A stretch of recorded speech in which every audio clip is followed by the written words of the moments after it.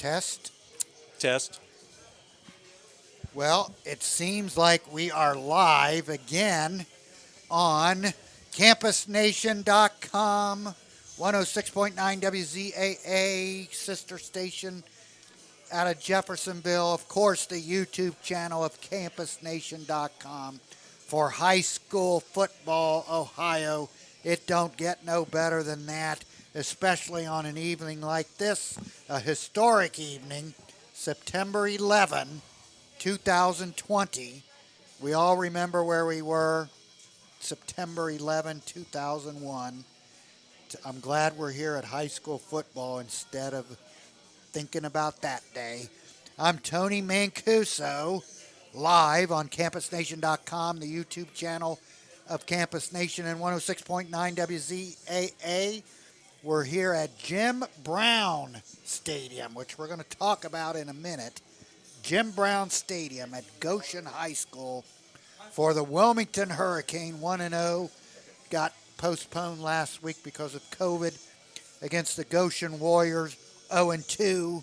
It's homecoming night at Goshen High School.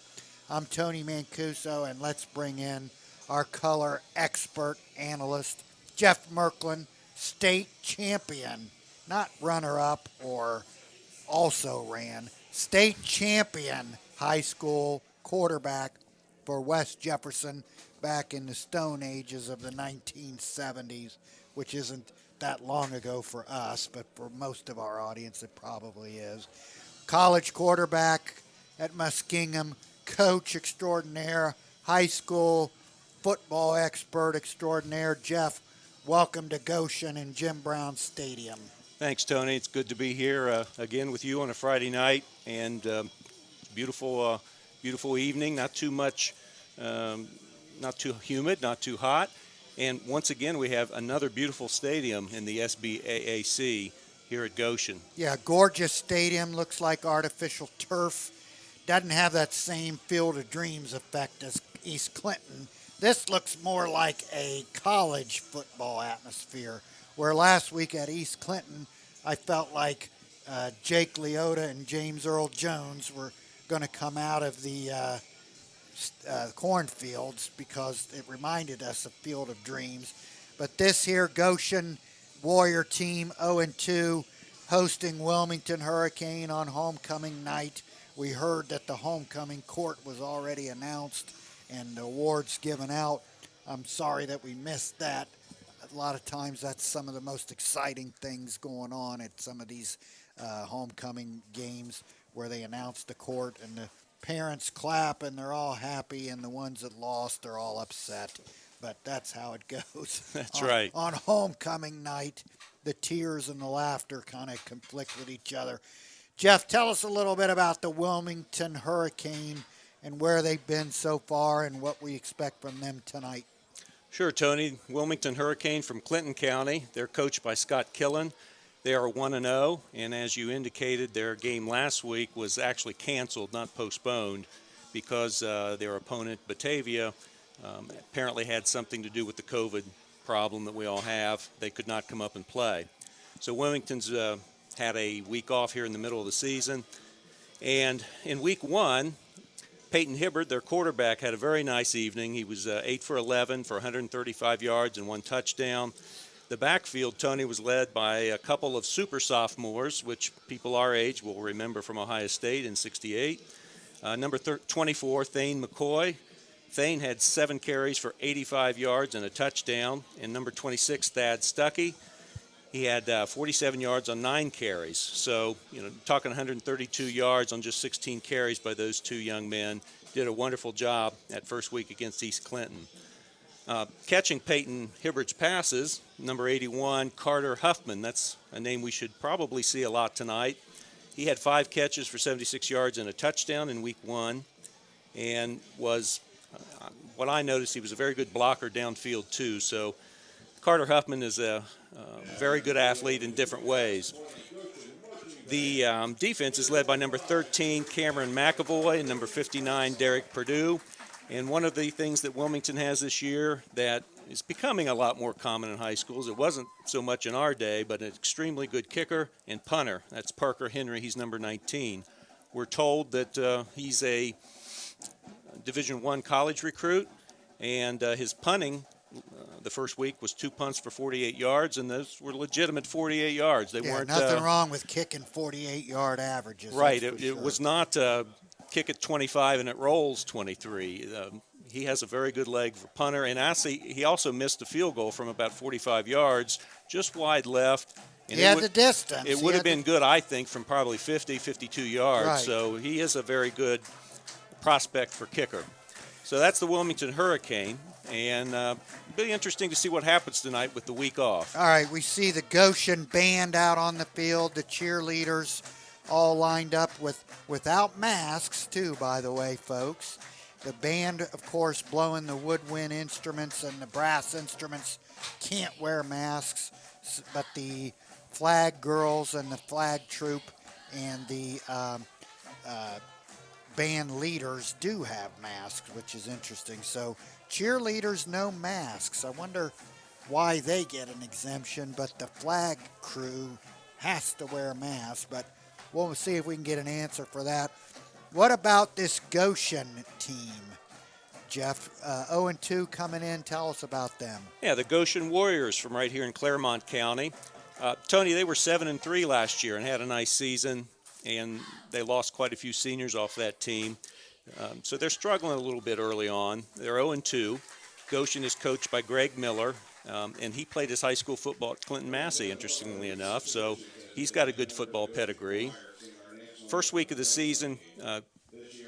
About ready to have the national anthem, Jeff. So thank you. Let's take a listen to the Goshen High School Band and our national anthem.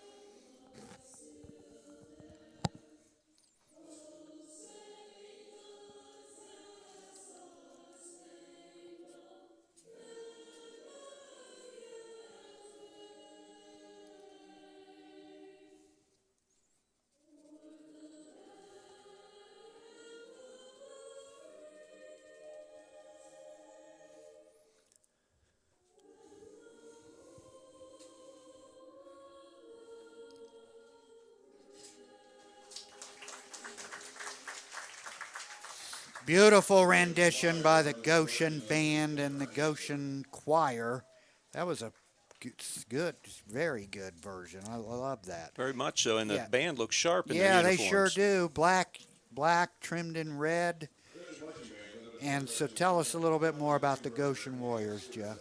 Goshen lost their first week to Blanchester, 41-27. They lost up at Clinton Massey last week, 57-7, which is probably going to happen to quite a few teams this year. There were some bright spots, though. Senior Ashton Harris, number 33, ran for 97 yards on 14 carries. Senior quarterback Jack Webster, number 16, was 4 for 9 for 50 yards and a 26-yard touchdown pass to Andrew Morris. Number 41, Logan Harrison, will lead the defense. He's a defensive back.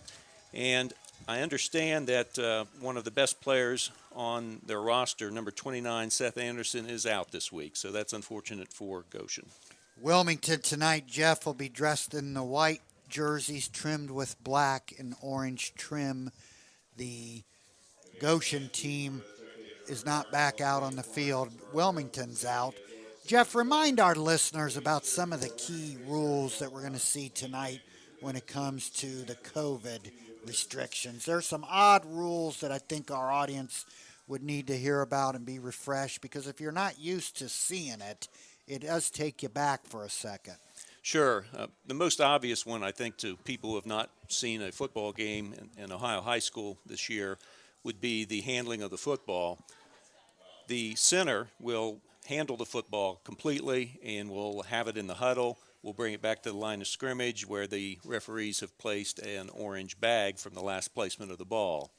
In addition to that, after the play is over, if it's a running play, the running back is supposed to take it back to the center and hand it to him in the huddle. And on a pass play, the receiver will do the same after the ball is marked by the referees. And then the unusual thing, which took me quite a while to understand what was happening, is on an incomplete pass, say it goes about 40 or 50 yards downfield, you will have one of the players on offense jog down, pick it up, bring it back to the center. Each team has their own ball that they're supposed to bring, and the theory by the OHSAA from what they've handed out to all the schools is they want the ball handled by as few hands as possible. I guess there is a possible transmission of COVID on a pigskin football, but that's for doctors to say, not sports experts like us. So we're here to call football. Out is coming the Goshen Warriors, dressed in camouflage uniforms, Jeff, on 9/11. A little bit interesting, huh? With all gray. They do have like a military look to them. What's interesting, I see some people on the sidelines wearing like military camouflage. Now, I wonder if they're really military people that are assisting their team, or if it's just part of the look. That I don't know. Yeah, I do it's know interesting, that isn't it? It looks like an Army or Marine battalion in a way. That's correct. I did see something like this a couple times last year watching various college games. I don't know if it was Army or who I saw. I don't think it was just necessarily Army. So they're not necessarily brand new with that look tonight, but it does make the numbers a little hard to see. All right, we got all kinds of great sponsors here on campusnation.com. We're going to go through them tonight. One of them is Sam's Meats. Football fans, stop by Sam's Meats, located in Wilmington at 1209 West Locust Street, to support a locally owned and operated business. Sam's Meats has fresh chicken, pork, and beef, along with deli cheese and lunch meats. Their meat deals are a great way to buy meat in bulk, helping you to save both time and money. The dining room is open for you to enjoy homemade hot bar meals and their made-to-order grill menu. Sam's Meats also offers catering, party trays, and a variety of homemade desserts, open Monday through Friday, 9 a.m. to 6:30 p.m. and 8 a.m. to 6 p.m. on Saturdays. We're getting ready for opening kickoff. Like you said, it's going to be a chore trying to see these Goshen numbers tonight. So pardon the audience. We do know what we're watching, and we do know a little bit about this sport. It's just we might be a hair slow because the numbers are almost impossible to read. We need a young person like Sydney to look at it. And here we go on the opening kickoff. A little trickery by Goshen. They kick the ball short off the Wilmington defender. He doesn't come up with it, and Goshen has recovered. How about that, Jeff? I'm not sure if that was a called play or not. I bet it was. The ball was down on the tee at an unusual angle. I think it was called. And regardless, it was executed well and recovered, and here we go. What a good way to start for the Goshen Warrior. A squib kick looked intentional off the Wilmington player. They recover at their own 47, and here we go on first down. Webster back to pass, and he is buried. Got a loss of probably about 4 on the play. The whole Wilmington defense is credited for that tackle, Jeff. And I noticed sophomore Derek Perdue, as we talked about in the pregame, was in on that hit. Yeah, he wreaks havoc out there from the East Clinton game. And here we are interesting opening kickoff recovery, but now backed up 2nd down and 13 are the Goshen Warriors. Going right to left on your TV screen, there's a handoff. Looks like Ashton Harris. Again, we're going to be slow on these numbers, folks, because by nature of camouflage, you're supposed to not be seen, right? That's right. That's exactly what they're accomplishing. It's working. As our producer, Sydney Phillips, there you go.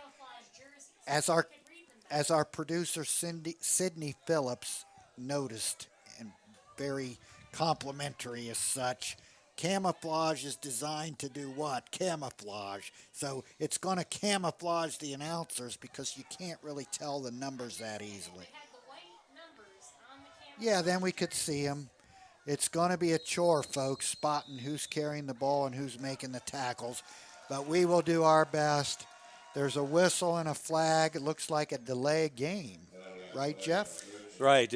I noticed Goshen lines up in the wishbone on 2nd down, and then they come out 3rd down and tried to get into a passing formation, and it seems like they're not real familiar with that because they had a couple people lined up in the wrong spots. 3rd and long, 3rd and 18 for Goshen on their own 38-yard line. And it is absolutely a jailbreak on the Wilmington defense, attacking Jack Webster for a huge loss. There's a sprint pass left, Tony, and what a quarterback should do in that situation if nobody's open is go forward or throw it out of bounds. Which he didn't do. Tough situation when you've got 3 or 4 members of the Hurricane defense coming at you. Goshen 4th and forever in punt formation. The scoreboard says 4th and 18. That's about 25 yards off. But there's the kick deep to Carter Huffman. Makes one defender miss, and there he goes. He's going to be across midfield. Nice return. Carter Huffman, a good-looking return. So Goshen gets a turnover on the kickoff, but does nothing with it. Wilmington's defense, the first week we saw them, Jeff, against East Clinton, was swarming. That's right. And they're starting the same way. 21-0, a shutout the first week. We'll see what happens tonight. But they're a good-looking bunch. Okay, here comes the center of Wilmington bringing the ball out. Like I said, folks, if you're not used to this, get used to it because the centers are the ones bringing the ball out. There's a 1st down handoff to Kendall France. Scored a touchdown in opening week. Nice gain to the far left sideline, knocked out of bounds. Got about 6. We're on a 2nd and 4 now for Wilmington. No score as we just got started. Joe Holdren on the camera. All your beautiful shots that you're getting courtesy of Joe. And there's also a gentleman for us in the end zone. It's Dean Thompson in the end zone camera, looking good for campusnation.net. There's France. Handoff to the left. Not much.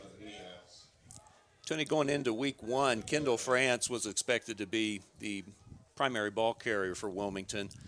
As I noted earlier, 2 sophomores had most of the carries last week. Don't know, but I wonder if he got maybe banged up early in that game. Well, he scored an early TD, if you remember, but we didn't see much of him after that. Big 3rd and 3 on the opening drive for Wilmington at about their Goshen 44, looks like. Handoff to, there he goes. I think he's gone. He is absolutely gone. Beautiful. Kendall France up the middle. But about a 44-yard scamper into the end zone for an opening touchdown for Wilmington. Now, here's what's interesting. You see these orange markers on the field where they're marking the plays for COVID. They look like flags, don't they? Where you're seeing, flag down, but they're not flags. That's correct. Yeah, so don't be confused. There's our kicker, Parker Henry, the Wilmington, outstanding junior kicker, adds the extra point, and Wilmington breaks out 7-0. Jeff, tell us about that play we just saw. One of the basic plays out of the shotgun with a one-back set. I could not tell if they had a trap up front or not, but he went over the left guard, left tackle gap, and wasn't touched. Got to the second level, and from there it was a race, and he wasn't caught. So Wilmington out 7-0 here on CampusNation.com, the YouTube channel of Campus Nation. Jeff, tell us about Tin Cap. Tin Cap. Tin Cap is more than just your locally owned hard cider company. Tin Cap offers handcrafted hard ciders along with local craft beers, cocktails, and pizza. Tin Cap leads the area in entertainment, offering large TVs for big games like these, the largest outdoor patio with covered area, and a large stage for live music. Join your friends at Tin Cap, where they always serve up smiles by the glassful. See you for live music Saturdays and trivia Thursdays at Tin Cap, located at 59 West Sugar Tree Street in Wilmington. We haven't won a trivia contest in a couple weeks, Jeff, so I'm kind of in the mood to go over and get a trophy. We should stop. We should stop in there and get one. Maybe they'll ask some Shoeless Joe Jackson trivia questions, Tony. Just guess Joe Nash if you don't know the answer. There is the kick by Parker Henry, which is mishandled by Goshen. Don't get back to the 20, about the 18-yard line, where they'll start their offense from there. Second possession for Goshen. The first one did not go well. Backwards. We'll see what happens. We'll see if they try to establish a little better ground game this time. They did not the first series. In announcing the Goshen tackles and ball carriers and those types of things, wearing camouflage, it naturally means you don't want to be seen, and they're winning at that battle, believe me. There's whistles down, and in comes Derek Perdue knocking around the Goshen ball carrier, but I think we had a flag down. False start on Goshen, and they'll move backwards again. So Goshen going backwards on all possessions so far, all downs. We're early in the game, 8:20 to go, first quarter. Wilmington out to a 7-0 lead here at beautiful Jim Brown Stadium. Now, Jeffrey, is that the Jim Brown? We asked that question when we came in, and we were told by the wonderful ladies who were working the ticket desk that it was an educator, a teacher here from, I think, 1951 or 52 to 1970. Right, so it is the Jim Brown, but not that Jim Brown. How about that? Goshen Jim Brown. Right, it's Goshen Jim Brown, not the Cleveland Brown Jim Brown. So it's Jim Brown Stadium. What a wonderful thing to have a stadium named after you. Maybe someday you'll have the West Jefferson Stadium named after you, right? Kind of doubtful. Don't Hall of Famers get an automatic in to have their stadium named after them? Well, if they did, there would be about 100 of them now in line, and quite a few of them are more worthy than me. But you're one of them, Jeffrey. Yeah, don't you dare poo-poo that. Not everyone is a Hall of Famer, and I'm sitting next to one, state champion. Goshen again jammed up, not getting anywhere, Jeff, early in the game. Right now, that Wilmington defensive line is handling Goshen more handily than they did East Clinton. Yes, they're swarming defensively. They are really, really swarming on defense. The defensive coaching staff, led by Stuckey, McIntosh, Giganet, Drake, Evans, they really got these kids playing hard on defense. There's Decker rolling out to the left and does complete the pass. And again, we know it's a receiver for Goshen that caught it, but it's hard to get the numbers. Joe, what numbers are they? Yeah, we can't tell. It's somebody for Goshen made the reception. Now Goshen back in punt formation. Folks, the camouflage jerseys are working their magic because they are camouflaging the uniform numbers.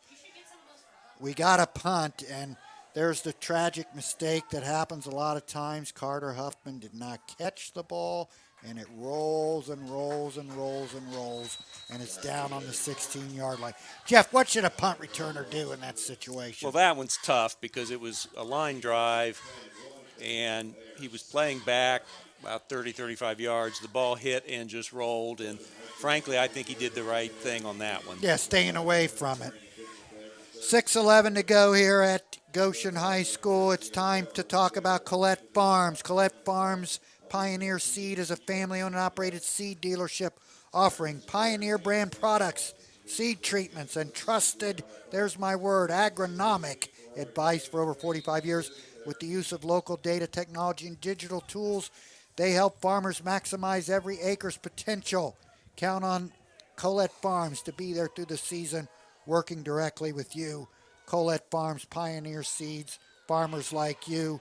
There's a handoff to the touchdown scoring France. Nifty run.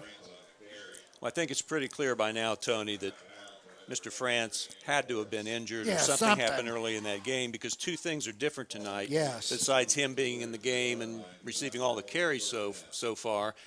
First week, Wilmington had a two-back set.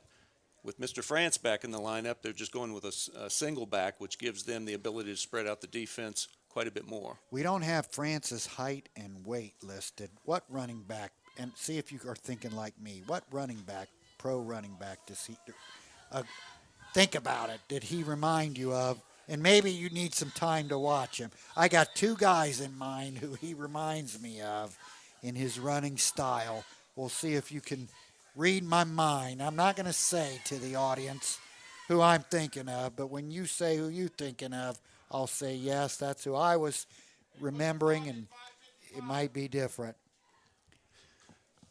And I do want to say one thing seriously about the camo jerseys. They're wonderful. I think it's perfect for the occasion. Yes, it's but good. We know there are people out there that want to hear the kids' names, and so we do apologize that it really is difficult to see, and we don't want to poo-poo it because that's an important thing in these types of games. Thad Stuckey on the carry for Wilmington. Looks like Mark just short, or are they going to give him a first down?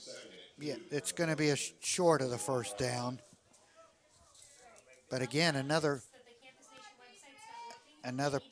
positive run. We're told that the campusnation.com website is down right now. So if you want our broadcast, it's on the YouTube channel of campusnation.com. You can catch the game live. We're working on getting that corrected. There goes Isaiah Wriggling on an inside handoff and a sprint to the left, and it looks like he got the first down, Jeff. Nice run. Got the wingback coming around with a little forward pass about a yard, or maybe I think he was handed it off that time. So far, Wilmington's controlling all areas of play. So first down, we're told that the campusnation.com website is back up. So we might have lost the broadcast for a moment, but Rick and Sidney Phillips, all-stars, talk about Hall of Famers. That's two more Hall of Famers in the electronic broadcast arena, and they got us back up and going. There's a completed pass. Hibbert to number 84, Jaden Tackett. Nice completion. You want to be in second and short all night long, don't you, Jeff? And that's where Wilmington is, and he's been there all night. Offensive coordinator's dream, 2nd and 2.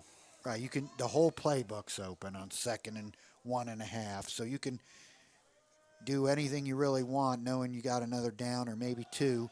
There's a handoff to Thad Stuckey, the sophomore runner, and he bowls ahead for another Wilmington first down. So Wilmington on the march with 4:42 to go, first quarter, here at Goshen High School. Homecoming night, 9/11 night. Beautiful night again. There's no night that has Ohio high school football that isn't beautiful, right? So Agree with they're that. all beautiful. Even if it's cold, it's still beautiful. There goes Hibbert back to pass and throwing deep down the right sideline for Carter Huffman. Overthrown, incomplete. Carter running free, the pass a little bit long. Nice ball. A hair long, but Carter was open. And here we get the chasing of the football. Yeah, so who goes and gets it? It says the site is just slow, so the YouTube channels prefer. Carter running the route. Now here's an interesting thing. The kid runs down the field sprinting for a pass, overthrown, and based on the COVID rules, he's got to go chase it down. That kind of reminds me of what we used to do in the backyard when we were kids. Absolutely. Right. If somebody hit a ball over the bushes, you'd have to go back and go get it and bring it back. You know, the other thing that goes with that ball rule is there's a relaxation of the delay of game time. Naturally, like there should be, so the officials are kind of resetting the clock again. We're told that the CampusNation.com website may be a hair different or slow off the actual live broadcast. It's actually live and more timely on the YouTube channel. You might get a slight delay on the Campus Nation website until that kind of synced up and repaired, but the Phillips family is working on it, and I know that anything you turn over to them is going to be fixed quickly and efficiently. So I have full trust in Rick and Sydney Phillips. There she is, smiling, knowing that I'm right. Third and very short, Jeff.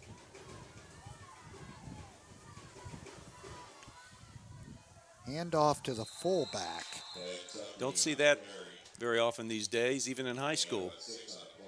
Very nice run. For a first down, handoff to Josh Snell, listed in the Wilmington playbook. Sophomore. Yeah, you don't, like you said, the fullback, people in today's era asking, what in the world is that? What is the fullback, Jeff? Teach them what a fullback is. Sometimes in high school, for the most part in high school, the fullback is a running back. In college and the pro, you'll just have fancy tight ends that are running the fullback because they don't carry the ball anymore. There's Hibbert down the field. What a nice defensive play there by the Goshen defensive back wearing the camouflage jersey, so we couldn't catch the number that easily. But he made a nice defensive play, knocking the ball away. Back to the fullback for a second. Yeah. They're not asked to carry the ball anymore. If you are told you're going to be a fullback, you're going to block and you're going to catch 5-yard out passes. Right. If you get 2 carries a game, you've had a long night. So we had a run to the fullback. There's one. Chart that to see if we ever get another one. There's Hibbert back to pass, completed to number 84, Jaden Tackett. Hibbert's sharp tonight, isn't he, Jeff? He really is right on the money. Yes. The 2 that he's had incomplete were well thrown fly patterns, but he's been on the money with the short ones too. So here's 3rd and 5. Now, you have a star kicker. Does that change your offensive call here when you have a kicker that can usually... Not on 3rd down. 4th down, you kick. All right, big 3rd down for Wilmington early in the game, 2:30 and running. High snap, but a handoff up the middle, and he's going for 6. And that's Thad Stuckey with a 23-yard touchdown run up the middle. The C's opened up, and he ran to the end zone untouched. So now we're at 13-0, Jeff, with Parker Henry's extra point attempt. 2:23 to go. Wilmington out ahead. 2 touchdowns waiting on the extra point. Snap down, and it is absolutely right down the middle. We're at 14, Wilmington, Goshen 0. What happened on that play, Jeff? That was the same play that France ran in for a touchdown, Tony. Basically a area blocking or a power blocking up front, find a gap, hit it, and go. And that's what happened. Tell us about John Robert excavating. John Roberts Excavating, Tony, is located in Wilmington, and it's a family-owned business since 1998. They are specialized and experienced in general excavation, sewer, storm, grading, field tile, drainage, land clearing, ponds, demolition, and paving. Look them up on Facebook or call 937-382-1788 for a free estimate. Okay, let's see if we go ahead. John Roberts Excavating. Let's see if we can win some trivia quickly. 1998 World Series champion. No prayer. New York Yankees defeat the San Diego Padres. Padres may be back there this year. Yes. Yankees are in 8th place. You believe that? No. Garrett Cole and all the money still can't win the division. There's the kickoff fielded at about the 15-yard line, and he may go too. We'll try to get the number. Breaks the tackle. Number 28 for Goshen on the return. That's Bryce Brewer. A beautiful return across the Wilmington side of the field. What a nice run, right, Jeff? About a 54-yard return, I think. Now Goshen's in business. 1st and 10. Up comes the center, brings the ball to the 35-yard line where Goshen will start this drive. Interesting formations. What are we in, Jeff? They don't quite know right now. Yeah, they're shifting around. They're not sure even what they're in, but it's a handoff to the up back. And that is number 33, Ashton Harris. Big gainer. Goshen moving the ball now at the Wilmington 23, a nice first down. Almost looks like a flex bone look, Tony. Air Force, if you've ever watched any of their games on television. We remember that, Ohio State versus Air Force in our day. That was not a good memory. John Cooper versus Fisher DeBerry. That was not good. Yeah, those were the days when Air Force used to beat Ohio State. I don't think that happens in the modern day. Can you imagine the 2019 Air Force beating the Ohio State Buckeyes? I don't think so. Even Navy gave us a game in the Liberty Bowl back then. Yes, but in those days, folks, that was a tough game. We'll talk about that more as the season goes on, I'm sure. But those days are gone, thankfully. 2nd down for Goshen. There's a pitch to the left. That looks like number 28. Bryce Brewer. Actually, I think it's a wing T. Yeah. Wing T, that's some really old school, no? Well, if you run it right, it's very good rushing offense. You can see where the ball's going. They have run from the wishbone, though. It seems like they run a multiple set, but from running formations. Well, they're moving the ball as the first quarter's running out with 45 seconds and counting. 3rd down, big play. There's people jumped. Let's see who it's on. They are calling as a false start on Goshen, Jeff. Tough break. You're down in scoring position. You make a mistake. Yeah, I think that's your fullback, Ashton Harris there. Why is a fullback leaving early? Probably was getting the ball on 3rd and 3. Yeah, that's it. Good observation. Yeah, that's a interesting observation. It probably was a call to him, and he jumped a little bit too soon, anxious to get the first down. So here's a rollout pass by Decker, and it is picked. And is this going to be a pick 6? He is gone.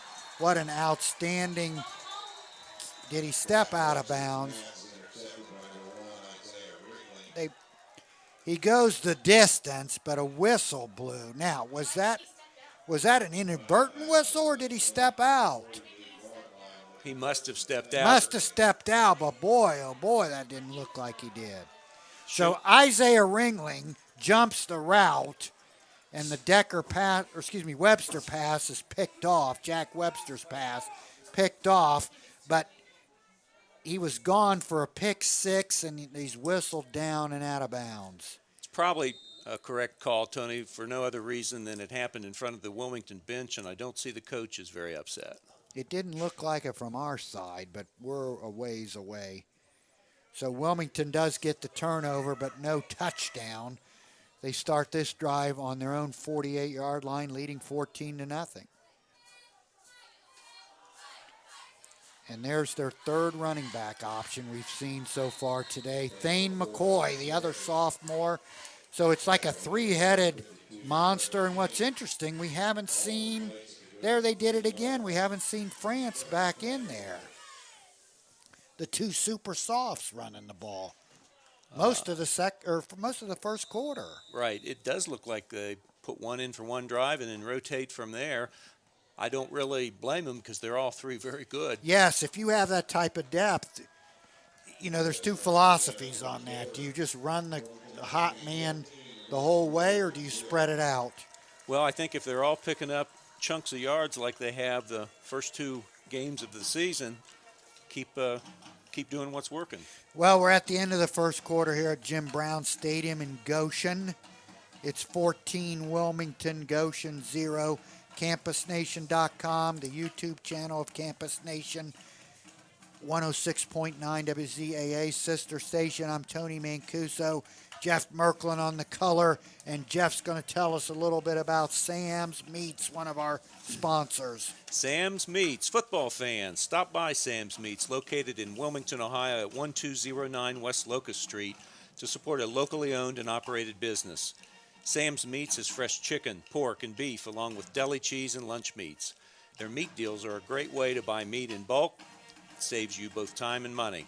The dining room is open for you to enjoy homemade hot bar meals, and their made-to-order grill menu. Sam's Meats also offers catering, party trays, and a variety of homemade desserts.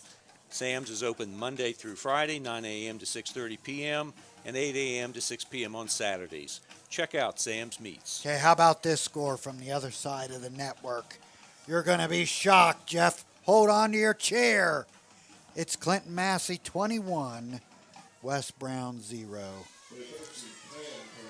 I think Massie has only been in the SBAAC, I think 2 or 3 years. They were in it before, got out for a long time, and then they're back in it. I'm not sure what the history is there. Well, you're told and we're told this is one of Clinton Massie's best teams ever. So our station will cover a lot of their games this season, and I don't believe we have ever called out a Clinton Massie score yet where they've been behind. And that'll be the trivia question of 2020. When will be the first time that we announce a score in 2020 that Clinton Massie's actually trailing in a game? My guess is it's probably not going to happen until the playoffs, even if then. Boy, it's nice to have a team like that. We're 14-0 here at Goshen. Wilmington on another drive. Nifty play by Hibbert, gets out of pressure, throws incomplete downfield for number 84, Jaden Tackett. I like Peyton Hibbert looks better tonight, Jeff, than he did opening game, don't you think? I agree. I thought he looked pretty good the first night. Yes, he did. But he's throwing lasers tonight. It's not always on the quarterback when a pass goes incomplete. Sometimes he's made the right choice. The ball's there. It's not the receiver's fault. There haven't been any drops, but the defender has defensed it well. And the long passes aren't the easiest to convert. I thought that ball was put on the money, and looks like we have a flag down. Was there some sort of interference call on the play? Probably some kind of roughing the way they're marking it off. So a penalty marker down. We didn't catch the call, but it's 15 yards and a first down against Goshen. So the incomplete pass actually got a 15-yard penalty. We hear fans screaming, horrible call, horrible call. But it's a call, and here's Hibbert on the rollout, and it's complete to number 15, Josh Snell. Another sophomore, Tony. I tell you, I like the way Hibbert is running this offense tonight, Jeff. I like his game. It really is right on the money. The with kid's his in passes. control tonight, right? He really is. I really like the way he's managing their offense. Just the way he carries himself. Yes, He yes, looks like a yes. real quarterback, Yes. and his performance has been very good tonight. And, Wilmington is really deep in the skill position. I agree. And, it's been 2 weeks since we've seen them. I had forgotten how big their line was too. It's a talented team. Yeah, 2nd and 2. Hand off to another of the super soft running backs. That one is Shane McCoy. And he goes inside the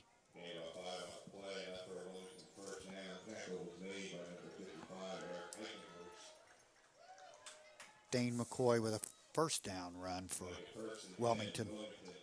Eric Eichenhorst, number 55, on the stop there for Goshen. I'd like to say I saw the numbers, but I was able to hear the PA announcer. Exactly. We've reminded our audience, and you can probably see it on the television screen or the computer screen that you may be watching it on. Goshen is in camouflage, which, like I say, when my military history tells me that camouflage is designed not to be seen, and it's working for us in the broadcast booth because it is hard to catch the numbers. That's a good defensive play made by Goshen. We need a spotter to see who made it, but he darted in and made a tackle. Tony, I think that 18? was Joe Alvarado. Alvarado, number 18. Would like to call out names if Yes, we can see them. we want to do it, but it's the camouflage, folks. The camos are fine, Tony. They're- I just wish they'd have gone with white They're, numbers. it's like Sydney said. They're good-looking uniforms. They're sharp, but black on camouflage is difficult to pick out the numbers. But we'll do our best here at CampusNation.com and their YouTube channel. There goes Kendall France. Hasn't had the ball for a while. Comes in off the bench this time and is stacked up for a loss. Now we're at 3rd and 11. Tough area, 3rd and 11 when you're at the 10-yard line. As you can probably tell, you have so much less area you have to defend on defense, and it's tough to get a pass in there. I got 2 running backs who Kendall France remind me of. You got to come up with it before the end of the game. One of them is somebody in our backyard, but we'll get to it. There's a shotgun snap. Hibbert with a bullet. Is it picked? Picked. Yes, picked by Goshen at about the 1-yard line, and he's marked down. Touchdown and down. So the ball was a bullet by Wilmington QB Peyton Hibbert, but intercepted, stepped in front of the intended receiver Carter Huffman. And again, we're going to have a hard time with the number. We're not sure who the pick is credited to. It was Did a you catch fantastic play. Yes, it was. Big turning play. Yeah, the announcers up here, the PA guys, say Joe Alvarado with the pick for Goshen. So that saved the game, or at least would have put Goshen in a big hole. A pick, Joe Alvarado stepping in front of Carter Huffman, gets the interception on about the 1 or 2 yard line, 1 yard line. So Goshen is backed up. Let's see if they can get out of there. They are stacked up. The officials are going to give them forward progress. Not much, though, a yard. Not even that. Yeah, going back to that interception, Tony, that was a slant to the post. Again, a well-thrown ball and a well-run route. Bullet. But that defensive back, who did we say it was? Alvarado. Alvarado really made a big-time play on that ball. And I thought he was still in the end zone. I was surprised. The referee actually marked it about 2 inches outside of the goal line. And, of course, they have to move it out a little further because of the length of the ball. Well, Goshen's backed up. Dangerous territory here, but there's a flag down and the play is whistled dead, and it's going to be another false start on Goshen. So they're already backed up inside the shadow of their goalpost, and they're moved back half the distance on a 2nd down run. False start by the Goshen offensive line. 2nd and long still, and you're creeping up against your own goal line. There's going to be a stoppage of the clock. The officials watch the clock running, and the fans are yelling for the clock keeper to get it stopped. Again, the timekeepers timekeepers this year are really going to have Yes, they got a difficult job. time. Yeah, it's hard because it's a little slower because of the COVID restrictions and rules, so you got to account for it on the clock. Goshen backed up on the shadow of their goal line. Matter of fact, quarterback Webster is actually taking the snap in the end zone. So Goshen gets it out to about the 2. One of the reasons the Softs may play on offense, Tony, is I've noticed that Kendall France plays defensive end, and he is a beast out there. So Goshen at 3rd and 8 inside their 3-yard line. Are you trying to make room to punt here, or are you going to try for a first down? What are you doing? You are going to punt. Well, let's see. There's a handoff into the line. The ball's loose. Got up in the air after being jarred loose, but the Goshen runner look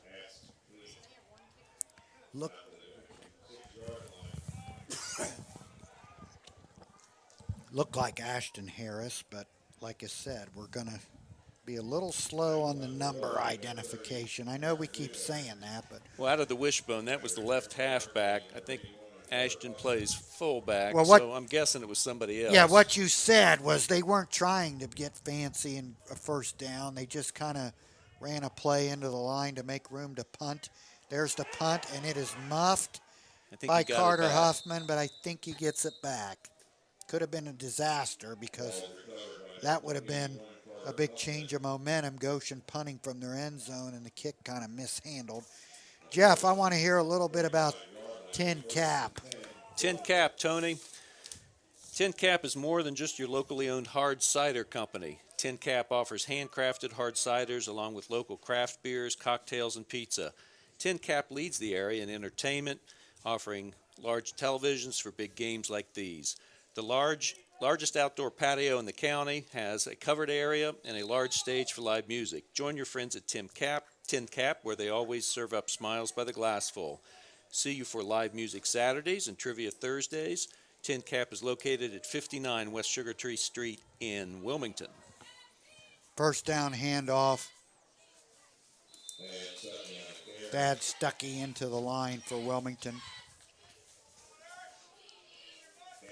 So Wilmington was driving for a 21-0 lead, and Joe Alvarado of Goshen steps in front of the goal line and intercepts the pass.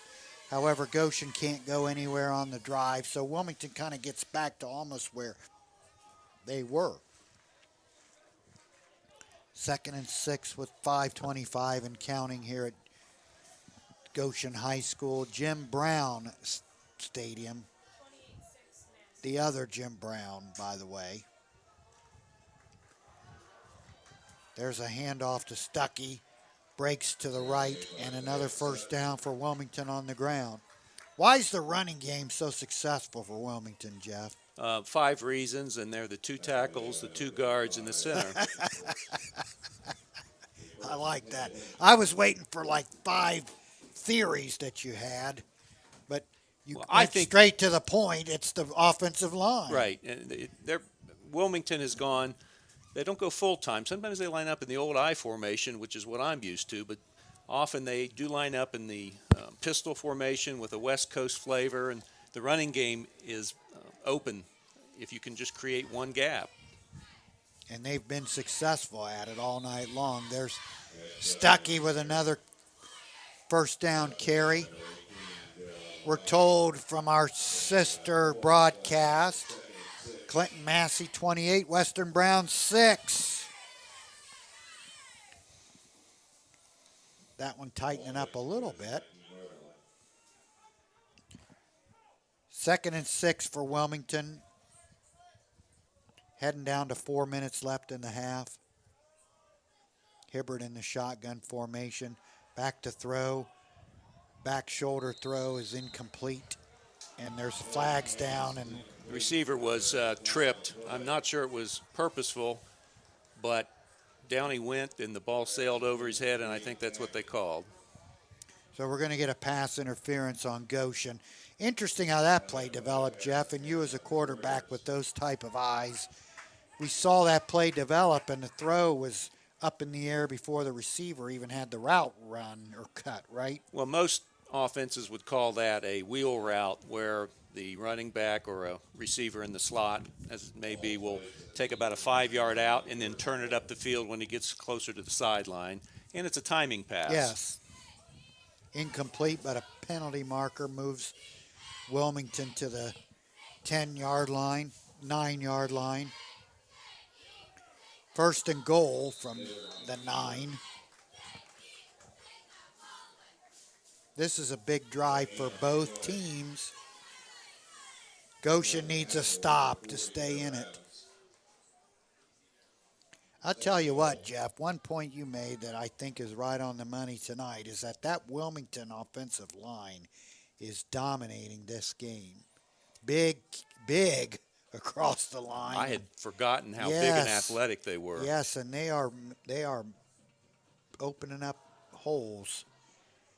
You know, I think the first week we talked about Wilmington. It's been about 5-6 years maybe since they've been in the playoffs, and everybody gets in this year. But this group might have a chance to advance several rounds, in my opinion. Dad Stuckey into the line. Here comes the gong. 3rd and 5. Sydney says she's creeped out by that music. It's an AC/DC song. It's called H-Bells. Are we allowed to say the H word over the air? Yeah. Hades. Yeah. AC/DC with H-Bells. You could fill in the rest. Sydney says she is spooked by that. Go ahead, Jeff. What were you going to say? Well, going back to the West Coast offense for just a second, the idea, and Urban Meyer had a very good explanation on it on whatever channel he's on last year for an Ohio State game. Fox. Never seen it explained so well, which doesn't surprise me because Urban Meyer is such a good teacher. But the idea is not just to spread out the defense, but to create one-on-one blocking, one-on-one situations with your running back on a linebacker, and when you do it correctly, and if you have a good line that executes it, it's almost, I don't want to say impossible to defend, but it's very, very difficult. The offense has one less player, in essence, at the beginning of every play because the quarterback has to do something with the ball. And the idea of the West Coast is to try to spread it out and create one-on-one blocking so you have a better chance for these gaps that we've seen Wilmington hit twice tonight. That reminds me of Colette Farms. Pioneer Seed, Colette Farms. Pioneer Seed is a family-owned and operated seed dealership offering Pioneer brand products, seed treatments, and trusted, favorite word, agronomic advice for over 45 years. With the use of local data, technology, and digital tools, we can help farmers maximize every acre's potential. Count on us to be there throughout the season, working directly with you. Colette Farms, Pioneer Seed, farmers just like you. Wilmington to the line on a 3rd and goal. Hibbert under center, rolls right, throws into the end zone, incomplete. Intended for Jaden Tackett. Throw falls harmlessly out of bounds. So now we have a 4th down play. And here comes Parker Henry is going to try a field goal. Yes. Looks like about a 22-yard attempt.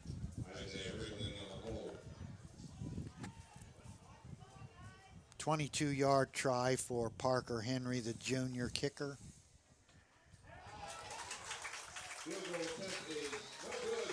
No good. What happened there? I think Jeff? I think somebody got a piece of it. Yeah, I think so too. It was hard to tell from our angle, but looked like one of the Goshen defenders got their hands on the ball.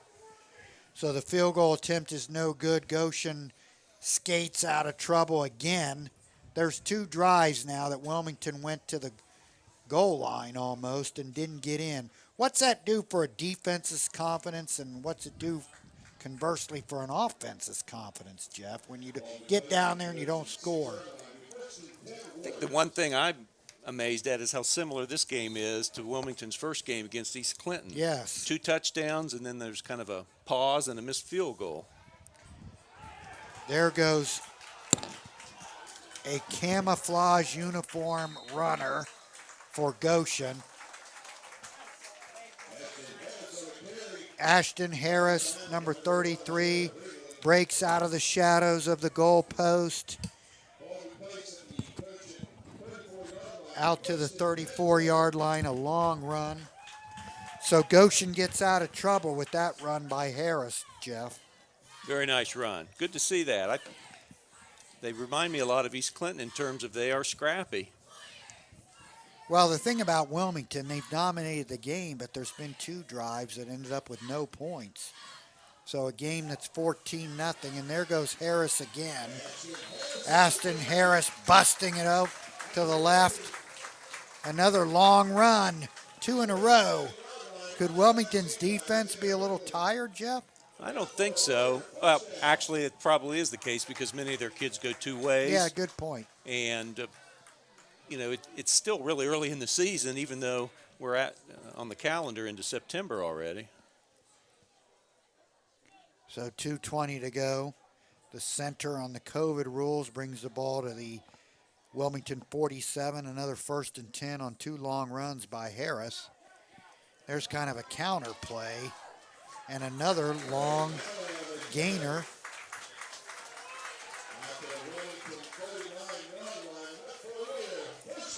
Who gets the call? Hard to say. I've gone to the binoculars Yeah, more. see if that helps us, the binocular. And it's still hard to see. I know, there's Joe Holdren going, who, what?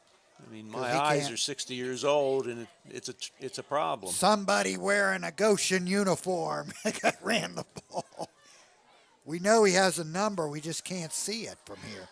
There's kind of a pitch back on an end around kind of run. That's number 28. Bryce Brewer.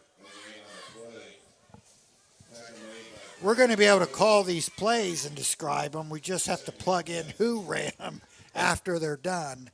Again, we apologize to the Goshen fans. We are trying our best to get the kids' names on the air.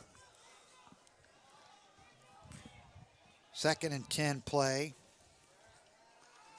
Webster a handoff into the line. Ashton Harris does get the call. Gain of about 4 and a timeout for Goshen with 1:21 left first half. Wilmington 14, Goshen 0. John Robert Excavating, located in Wilmington, is a family-owned business since 1998.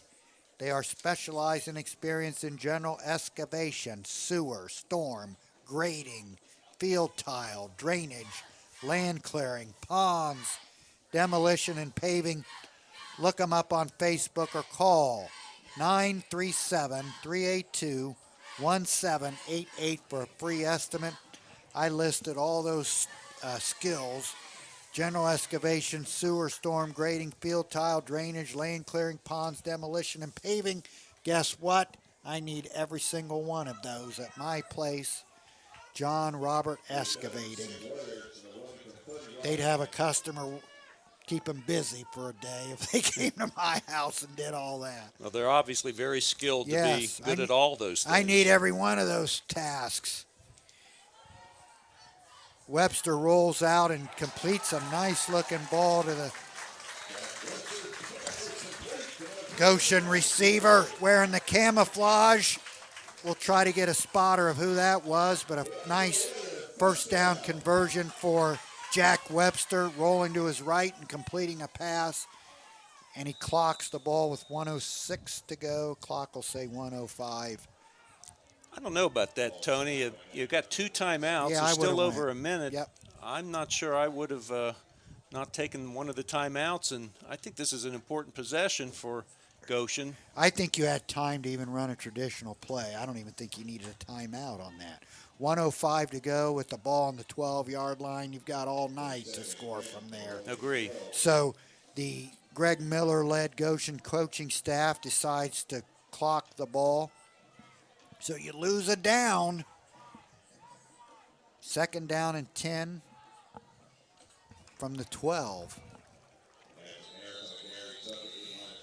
Jeff, I know that we are up here in the booth and that we can second and third guess things for hours. But I agree with you. I think clocking the ball on first down there was not the right call. Because now you're in third. Now you're third down and backed up. My guess is there was a miscommunication there, and it's nobody's fault. 56 seconds to go in the half. Talk about Sam's Meats. Be happy to.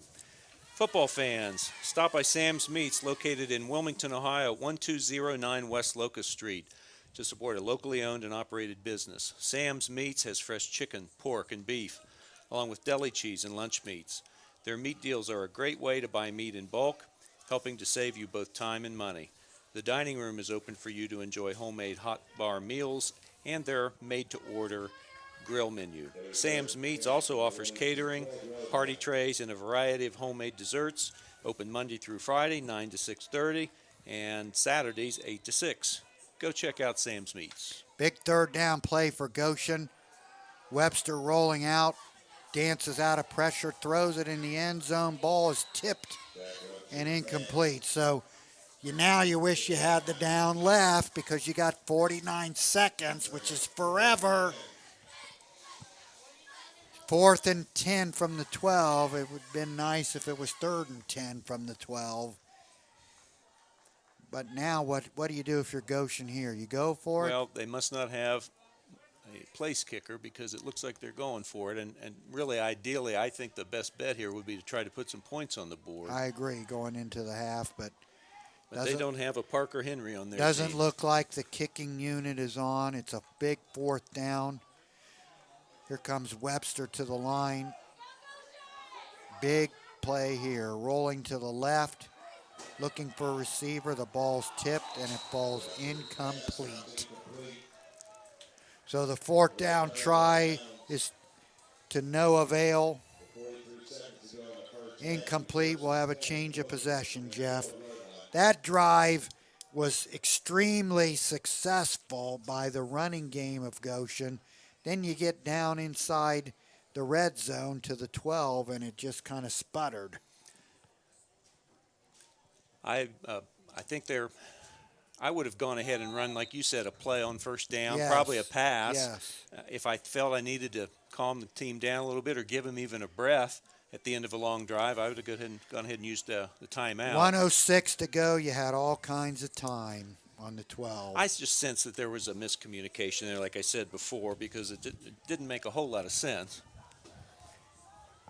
So let's see what Wilmington does, whether they try to get down the field or they run it out. There's a pitch to France and makes a cut and out of bounds. Come on, Jeff, who does that remind you of? I got 2 names. I'm thinking. Number 9, Kendall France, the senior running back. From up here at midfield in the Goshen press box, I see visions of 2 running backs. One a Hall of Famer, the other not. A little bit of Eric Dickerson. There you go, bingo. I knew he could do it. That's one of them. E.D. Eric Dickerson. That's who he reminds me of. Is one. Now, Jeff, how many games have we watched together in our life? I can't even count. 12,000, 16,000? Something in there, Around there. that range. Around 16,000. And I knew, I had confidence in you that you would read my mind. Yes, E.D. Eric Dickerson. That's who France reminds me of. He also's got one. Let's see if you can get the other one before this game's over. There's another looking guy that he looks like. There's halftime. 14-0 score for Wilmington, leading Goshen at the half here at Jim Brown Stadium on the campus of Goshen High School. So it's 14-0. The Wilmington Hurricane leading the Goshen Warrior on homecoming night here at Goshen. Now, see, usually we get the homecoming crew come out now, but Sidney Phillips says it was already announced. Well, I love it because here comes the band. Good-looking group. Here they come. talk a little bit about Colette Farms, a Pioneer Seed. It's a family-owned and operated seed dealership offering Pioneer brand products, seed treatments, trusted agronomic advice for over 45 years with the use of local data technology and digital tools. Colette Farms helps farmers maximize every acre's potential. Count on Colette Farms to be there throughout the season, working directly with you. Colette Farms Pioneer Seed, farmers like you, as the Goshen concert band is coming out to the field. Marching band, Marching Tony. band. Big difference. Yeah, I guess so. You're right. Having kids that were in music, I should know better, but hey. I want to talk sometime tonight about this topic, which is huge. NFL football starting Sunday. And we're right here underneath the shadows of Paul Brown Stadium, the home of the Cincinnati Bengals. Zach Taylor-led Who Day, New Day, heading into 2020. Jeffrey, what about the 2020 Bengals? Tony, I'm really excited for the first time in really a long time at this point.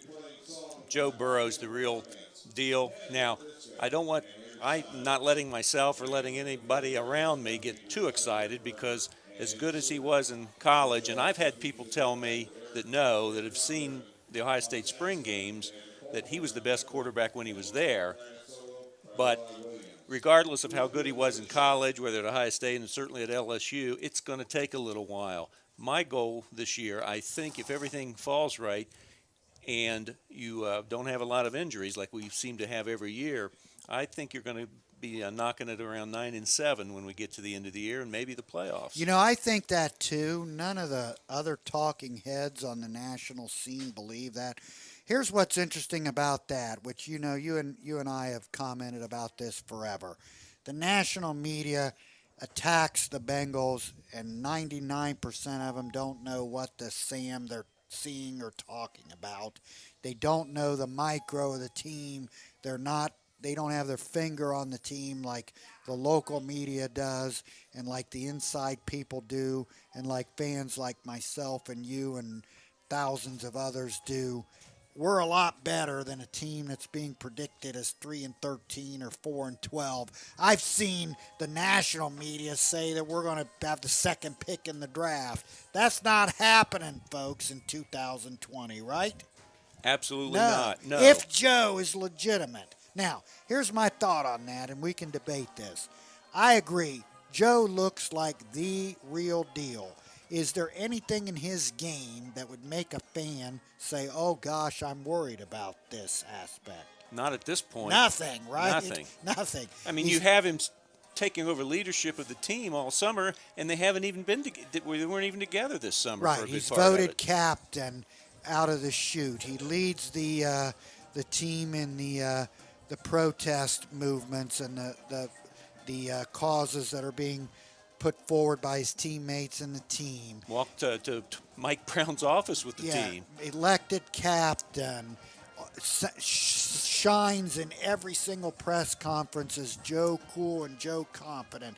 I've never heard him say something that, I wish he wouldn't have said that. Instead, I'm thinking, wow, that was a fantastic answer. So he just bleeds the it factor.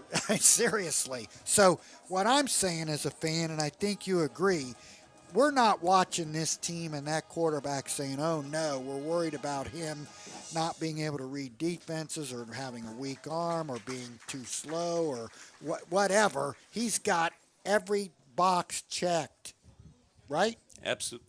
I agree with 100%. Okay, and let's talk about another important box that he checked. How about 15-0, 60 touchdown passes, a Heisman Trophy winner, national champion, and what about this? Oh, okay, the playoffs, that's going to be hard. You're playing Oklahoma and Clemson. How about 13 touchdown passes, over 800 yards passing, a rushing touchdown? He had 7 touchdowns passing against Oklahoma at halftime. Well, I mean, is that unheard of? I sat and watched it, and it was really probably any normal fan could see it was great. But I'm telling you, from somebody that remembers watching college football from 1966, 67, and I think that's the greatest season any quarterback's ever had in NCAA history. Yes. And their team was amazing to watch. And as much as we were Scarlet and Gray fans and alums, and we were thinking our Ohio State team may be one of the best we've ever had, I think that LSU Joe Burrow group was destined to win it, and they did. Now, he's not the only piece. Another big one is number 18 there running around catching Joe Burrow's balls. A.J. Green hasn't really played for a year and a half now, and he's supposedly back healthy. What do you think about that, Jeff? Just yesterday, I read a team report, and the word is that A.J. Green is 100% healthy going into Sunday's game. What's he do for him healthy, a healthy A.J. Green? Well, one of the things coaches talk about and look for is players, they all may be good, but what you're looking for is a mix of skill set, a mix of talents. You have T. Higgins, you have Tyler Boyd, you have a couple other players that are going to be those 10 to 20-yard receivers. Balls are caught in that area. What you get out of A.J. Green and to a lesser extent John Ross. Much lesser, although I think they're still holding out some hope that he's A.J. Green's successor, is you're going to get the 30 and 40-yard passes and longer to those people. So they're going to stretch the defense out. They're going to make them play thirds of the field in defensive coverage, and that should open it up for the mid-range game. And Joe Burrow is deadly at the mid-range game. Yes, he is. And speaking of Joe, number 28, the running back contract, free agent year here in 2020, but extended with a gigantic contract by the Mike Brown family. He wanted to be there. He signed, and he's a big part of their offense, Joe Mixon. And do you remember one of the reasons Joe gave for signing that contract? Tell us. Joe Burrow. He Right. wants to be where Joe Burrow is. And he's a big part of that offense, believe me. He's durable. He doesn't fumble. He loves the city. He loves the team. He loves his teammates. He's a winner that cares. I think he, on the national scene, he's very underrated as a running back. He is a stud. Absolutely. And don't Yes. kid yourself. Yes. I mean, last year, he couldn't run the first half of the year when the offensive line wasn't synced up. In the second half of the year, folks, he had over 800 yards in 8 games. Well, and what the average fan, or even maybe some sophisticated fans, wouldn't have noticed is the second half of the season, they changed their blocking scheme from more of an outside-oriented attack to more power, straight-ahead blocking, and that's where Joe Mixon excels. Talking about hitting a gap, seeing a gap, and getting into it with Absolutely. good hip movement, Joe Mixon is excellent at that. And talking about the national media again, and I'm sorry to maybe take some of your steam, but I've got a comment on the media too. Just absolutely giving no credibility or anything good to say about the Cincinnati Bengals. What they forget about is the second half of last year. Jack Taylor had the players focused in. Yes, never gave up, never quit. They never quit. You had Mixon with the 800 yards. And really, there had to be 3 or 4 games. You probably remember better than I do. Ryan Finley was 0-3. Had Dalton played those 3, they would have won them all. Now, in retrospect, Maybe not the Baltimore game, but Maybe certainly not. the Raiders Right. and the Steeler game. But in retrospect, I think things worked out perfectly because we wouldn't have had Joe Burrow had we won those 2 or 3 games. Yes, and you added defensive pieces. DJ Reader, the top defensive lineman on the free agent market. Josh Bynes, a veteran linebacker that was needed. Trey Waynes and Mackenzie Alexander. Now, Trey won't be there with an injury, but Mackenzie Alexander considered one of the better slot corners in the NFL. And, of course, a guy we've loved since the minute he showed up in Columbus in the safety position, a guy who's a hitter and a leader and a winner, Von Bell. And you're talking about 3 rookie linebackers added in the mix, Wilson and Nakeem Gaither and Marcus Bailey at times once he comes back from his injury. The future's bright even defensively. Absolutely. And one of the things that I'm more worried about is what you just mentioned there, the linebacking core. We were, I believe, either dead last or next to last in the league against the run last year, and the numbers were very poor. If those linebackers can come in and make an impact early, play well, again, I think you're going to look at a team that's knocking in the playoffs, Right. 15, 16 game. I cannot, and it has a lot to do with health. If they stay healthy and their core players play most of the season, they're like every NFL team. When your studs get hurt, you're not the same team you thought you might be. But I'll take our 22 against most other 22s around, especially if Joe Burrow is as good as we think he's going to be, which I don't see anything that puts fear in me like, oh no, he's too slow. He can't decipher defenses. He's got this problem, that problem. Nothing. There's nothing that is a negative. Nothing. And we do have to talk about the offensive line, which was Yes. beleaguered, to say the least, last year. But I'm going to say it was beleaguered the first half of the season. Yes. They came on the second half, and you have Jonah Williams coming back this year. That was a major loss to the team last year. And I consider a very good offensive lineman being out, like a four-hitter, a cleanup hitter in baseball being out. Not only is that a bad loss in and of itself, but I think it brings the rest of the team down a little bit because your positions and where you're at in the order, so to speak, aren't natural. And when you put your good left tackle out of action before he even plays it down, True. bring him back, and everybody else, I think, will look to be playing a little better. Yeah, I agree with that. I think their offensive line, it may not be the Hall of Fame offensive line, but I think they're going to be better than most people think. And they think that too. They really think they've got a lot better group than what the national pundits are giving them discredit for. You know, I agree with you. It came together last year, and I think there's no reason to believe that it's going to be a sieve this year, and that'll be important, and I think it's going to be okay. Tell us, Jeff, about John Robert Excavating. John Roberts Excavating is located in Wilmington, and it's a family-owned business open since 1998.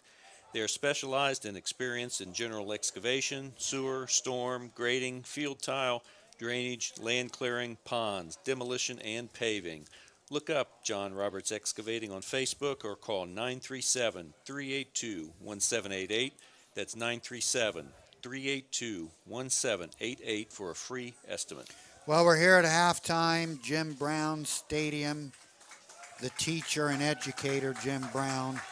Not the Cleveland Brown, Jim Brown, but an important Jim Brown nonetheless. Goshen High School homecoming night, halftime, campusnation.com, the YouTube channel of Campus Nation, 106.9 WZAA, Jeffersonville. I'm Tony Mancuso doing the play-by-play, joined by West Jefferson Hall of Fame state champion quarterback Jeff Merklin, Muskingum College quarterback Jeff Merklin, Coach Jeff Merklin, Joe Holdren on the camera up here, Dean Thompson on the end zone camera, Sidney Phillips running the electric and getting us on the air and out on the air here on campusnation.com. 42-27, Clinton Mass. Here's the kickoff for the second half. Wilmington going left to right, and the kick is dribbled down the field and mishandled by Goshen, but picked up on the 20-yard line, and there's the tackle. So here we go, second half action. On the tackle, Tony, I believe that was that sophomore Thad Stuckey. Looked like a missile coming in there. The running back on the offensive side making a tackle on the opening kickoff of the second half. So here we go, just starting off to half number 2. Goshen's first possession. The lights are beaming here at Goshen High School. Real unofficial, Tony. I had the Ashton Harris, 7 carries for 41 yards, and Jack Webster was 1 of 4 for 18 yards in the passing game. So Goshen with a first down run. It is number 33, Ashton Harris. I think he's got a first down on the first play of the second half, Jeff. They have looked very good on these last 2 drives. Yes, they ran the ball great on their last drive. They just sputtered inside the red zone. Once they got to the 12-yard line, it seemed like from the clocking down, then on it sputtered like they shot themselves in the foot. But they're moving the ball here on first down as we start the second half, and a nice run into the line. Again, it's 33, Ashton Harris. About a 4-yard gain.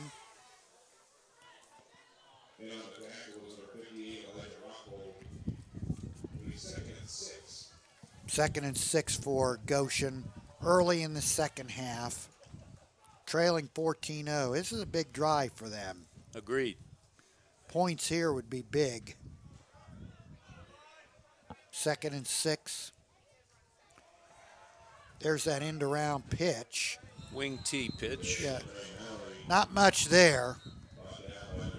Send the slot back in motion the opposite way and pitch him the ball. Our PA announcer says that's Trey Mowry, but we can't tell because of the camouflage jerseys, but we'll trust that it was Trey. If it was Trey, he's a senior running back. I think it was Trey. We got to trust somebody. Yes, you got to believe someone else's eyes. Might be younger and better than ours. There's a handoff into the line on second and long, and Ashton Harris bowls his way through the first wave of defenders, breaks out of there, and has another first down run. From about the middle of the second quarter, Ashton Harris has really upped his game. He's had some very nice runs and looks like he's picking up strength as he goes through the game. Yeah, got to turn this into touchdown, though, Goshen, on this drive. You're moving the ball. You're at your own 45-yard line, and the running game is starting to be a little bit more effective. There's Webster rolling out. He keeps the ball, and he's got some open field, and he breaks away down the middle, and he is going to be dragged down. No, he's still on his feet. What a run. What a run that was. Love to see that out of a quarterback. Was that the right-handed Steve Young on that play? Remember the Steve Young run that he broke all those tackles? That's what that looked like. Jack Webster on that run was down 4 times, and he got out of it and sprinted for a big, long touchdown run, almost a 50-yard TD run, 45-yard touchdown run, and it was a beautiful-looking play, beautiful. So here's the point after for the Goshen kicker. On a little more current comparison, I would say that was similar to some things I saw Lamar Jackson do last year. And one of the teams he did that best against was the orange and black of Cincinnati. Unfortunately. He had our defenders, especially Nick Vigil, spinning around in a circle, but we don't have to worry about Nick anymore. He's not on our team. So the Goshen crowd, homecoming crowd, comes alive with that run by Jack Webster. We're at 14-7, and Sam's Meats, football fans stop by Sam's Meats, located in Wilmington, Ohio, 1209 West Locust Street, to support a locally owned and operated business. Sam Meats has fresh chicken, pork, beef, along with deli cheese and meats. Their meat deals are a great way to buy meat in bulk, helping to save you both time and money. The dining room is open for you to enjoy homemade hot bar meals and their made-to-order grill menu. Sam's Meats also offers catering, party trays, and a variety of homemade desserts, open Monday through Friday, 9 a.m. to 6:30 p.m. and 8 a.m. to 6 p.m. on Saturdays. Go check them out. Sam's Meats. Jeff, we're in a game now. How about that? I've got to think Coach Killen for Wilmington has got to have some concern. This is the second game, and it's the second time they've really started off strong and then hit a wall. Now, against East Clinton, they were able to get it back.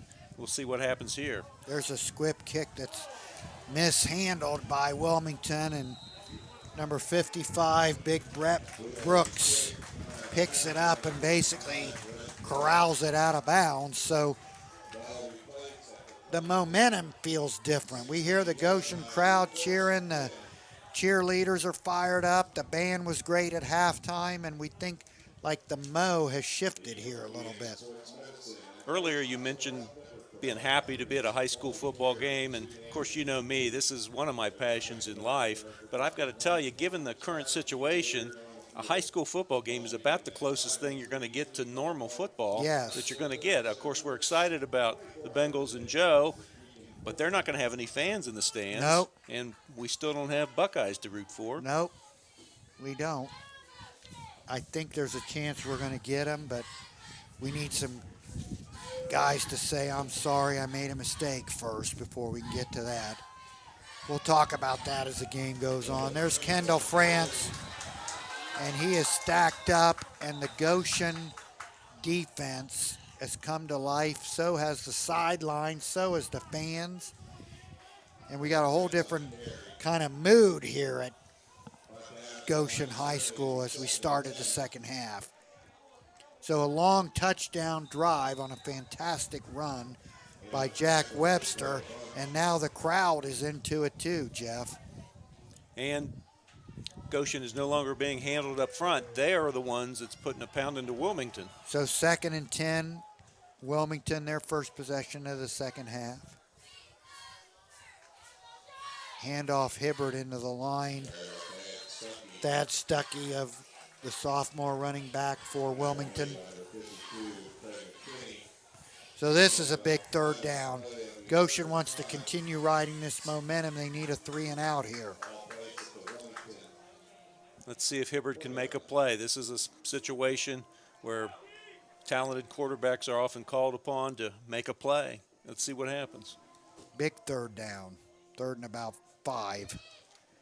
Scoreboard says 3rd and 10, but it's about 3rd and 5. Hibbert comes to the line.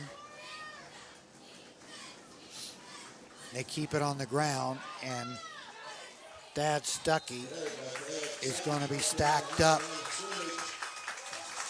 Goshen's crowd's alive, folks. Well, it's nice to be at a live I'm not sure sporting exactly. My goodness, does that feel good. You talk about a drought that we've had. There's real fans cheering and hooting and hollering. It sounds great.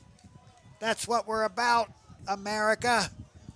High school football, college football, every sport.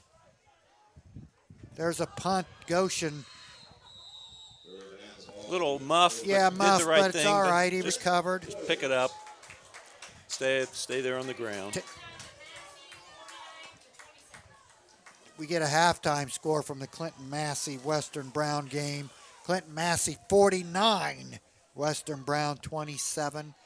Jeff, quickly tell us about Tin Cap. Tin Cap. Tin Cap is more than just your locally owned hard cider company. Tin Cap offers handcrafted hard ciders along with local craft beers, cocktails, and pizza. Tin Cap leads the area in entertainment offerings as well, with a large television for big games like this one, the largest outdoor patio in Clinton County, and a covered area with a large stage for live music. Join your friends at Tin Cap, where they always serve up smiles by the glassful. Goshen really running the ball now, aren't they?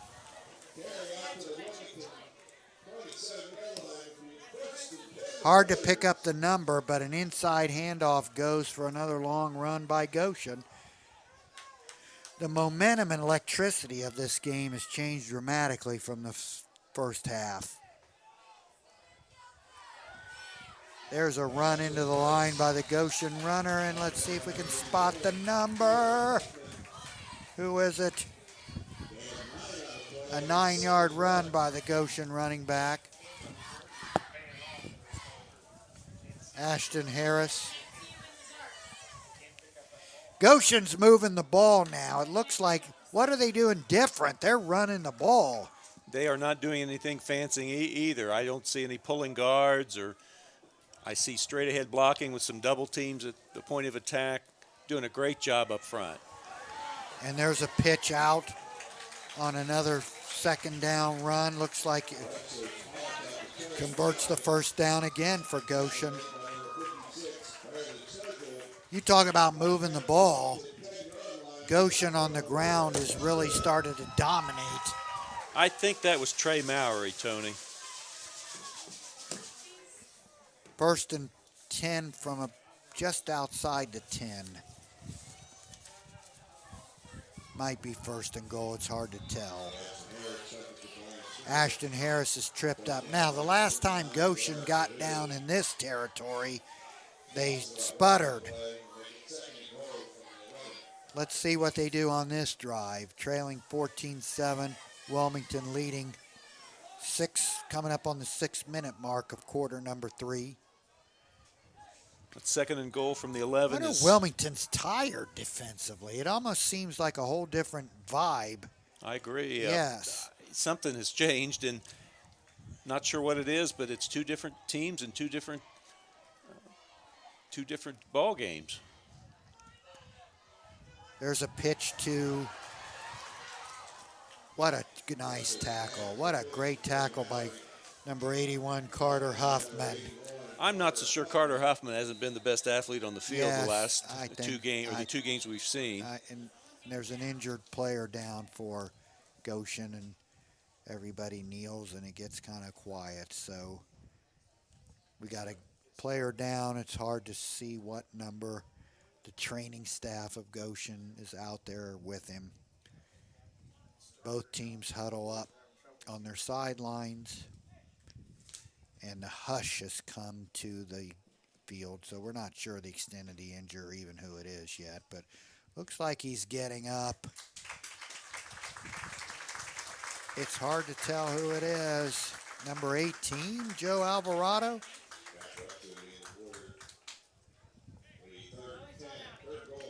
I do not want to scare his parents or family by announcing the wrong name because we can't see the jerseys. So until we get an official call of who was hurt, we're not going to say. 5:34 to go. Good time to talk about Collette Farms, Jeff. Collette Farms Pioneer Seed is a family-owned and operated seed dealership offering Pioneer brand products, seed treatments, and trusted agronomic advice for over 45 years. With the use of local data, technology, and digital tools, we help farmers maximize every acre's potential. Count on us to be there throughout the season. There's a quarterback keep for Webster. What an absolutely beautiful play. Everybody faked to the left. The entire Goshen offensive line went left. The Wilmington defense followed it, and Webster broke out to the right and runs in for the touchdown. What a nice looking play that was, Jeff. Well, he looked actually pretty tentative, maybe the first quarter. I think that's part of the turnaround as well. When your leader out there, quarterback, is playing well, everybody seems to play well, and I'm impressed with Jack's leadership tonight. What a great call that was, and beautifully executed. The point after is good. And all of a sudden, we have us a ball game here at Jim Brown Stadium. Goshen down 14-0 at half. Looked like they were on the brink of getting on the home team bus and going home for the night. Has turned this game around. We were at 14-0 and teetering on the brink of 21. Now, Jeff, we're tied at 14. What do you attribute to the change? It's a complete change. When this kind of thing happens, frankly, I think it's not just one thing. We've got about 4 or 5 things different now, and probably the biggest, besides Jack Webster's leadership and excellent play at the quarterback position, is the line for Goshen is taking control. Yes. Now we're in a game. 14-14, middle of the third quarter. 5:12 to go. Goshen down 14-0 at half with 2 touchdowns here in the third quarter to knot this up at 14. Now we'll see if Wilmington can turn the momentum around. There's that same type of bouncing kickoff, Super Bowl 16, by the way. And there is number 55, Big Brett Brooks, carrying the ball. People missed that reference. You laughed. My partner Jeff laughed because he knew what I was talking about. He's still laughing. Super Bowl 16, folks, was the Bill Walsh, Ray Wershing kickoffs, which was a brilliant ploy, and our Bengals looked like Edward Scissorhands trying to pick up the kickoffs. I hate to say one of our cherished icons was one of the mistakees, Archie Griffin. Cost us points twice at the end of the first half. Heisman's were a far memory that day. Yes, and then his brother didn't help us any either, Ray, on one of the kickoffs. So, hey, we were young then, Jeff. That's right. I want to give a shout out, Tony, to the Goshen kicker. Tracker Newberry is his name, and he has executed these kickoffs tonight 3 perfectly. It works, doesn't it? See, just to give back to that reference as we have a timeout, the idea of the Super Bowl 16 reference was Bill Walsh had played there at Detroit's Pontiac Stadium early in the year, and his kicker was injured, so Ray Wershing had just squibbed the ball. And what he noticed, as you recall, was that the ball bounced funny on the hard AstroTurf, it was called at the time, concrete field, and Detroit, the Lions, had a hard time fielding the kicks, and it was just completely by accident because his kicker Wershing was injured. So he remembered that in Super Bowl 16, and when the real game came at the end of the year, the game being played at Detroit in the Pontiac Stadium, and he remembered those crazy kickoffs, so he ordered a healthy Wershing to kick the ball like that. And of course, like we joked, the beloved Archie Griffin, the icon of the Ohio State University, mishandled one, I'll say 2, but let's just say 1 officially. Brother Ray and David Verser were wrestling for the other one, and both times it cost us points at the end of the half, which of course at the end made a difference. Had those field goals not been kicked like that at the end, we might be wearing rings right now as Super Bowl 16 champs. I'd still have mine on, I'll tell you that. And instead, we don't. And we're up here crying about it. But for the audience, it's a clever ploy, isn't it? Well, you see how when it's done very well, or when it's done well, it's very effective. There's a school in Arkansas called Pulaski Academy that has won 5 out of the last 6 state championships in their division in Arkansas. They never kick deep. They always onside like that, kick. yeah. They never punt. I don't care if it's 4th and 40 from their 3. They do not punt, and they always go for 2. So sometimes the oddest things work if you practice them enough. 4:56 to go in a tie game here in the third quarter. Big possession for both teams. Hibbert back to pass, right on the money to his buddy, receiving buddy at least, Carter Huffman.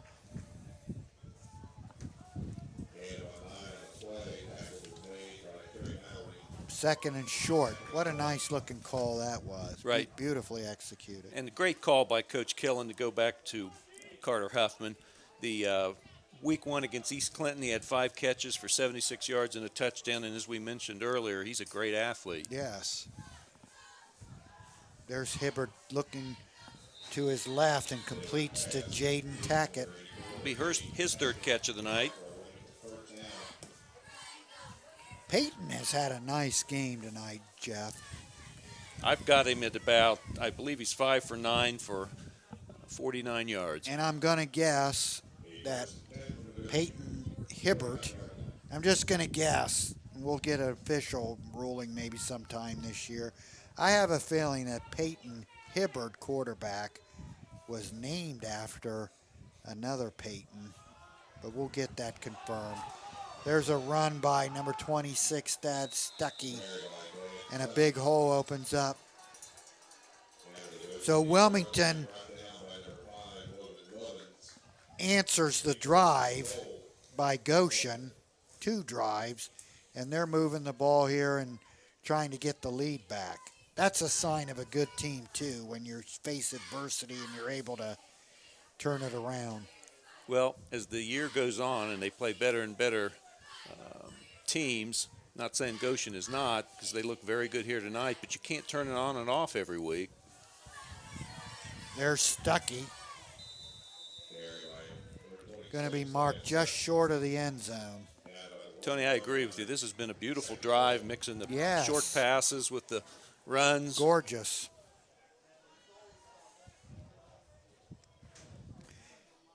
They're about as close to a touchdown as you possibly can get inside the 1.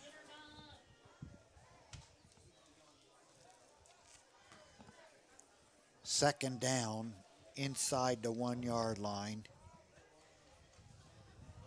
Hibbard on the shotgun. See, we've talked about that many times, Jeff. Tell the audience what you saw there that we've complained about forever. Well, I know I'm from the ice ages, as you say, with regard to football. But Freezing. that's right. When you get down to the 1-yard line or on in even, I'm just not sure I agree with the shotgun. The ball's already 4 yards back before you do anything with it. Right. I'm not going to mention her name, but a female that watched football with me even noticed that. Used to say, why are they starting so far backwards? And I'm like, I agree. It's not a good play. And there's a ball mishandled, and it's picked up by Wilmington, and a drive that looked promising at the 5-inch line goes all the way back to about the 23. And instead of going ahead 20 or 21-14, now we're lined up for a field goal. And of course, this isn't an easy field goal, but Wilmington's coaching staff, Scott Killen, has no lack of confidence in Parker Henry, and they trot him out. Now what should have been maybe or could have been a touchdown instead is a 30-yard field goal attempt. And it's blocked again.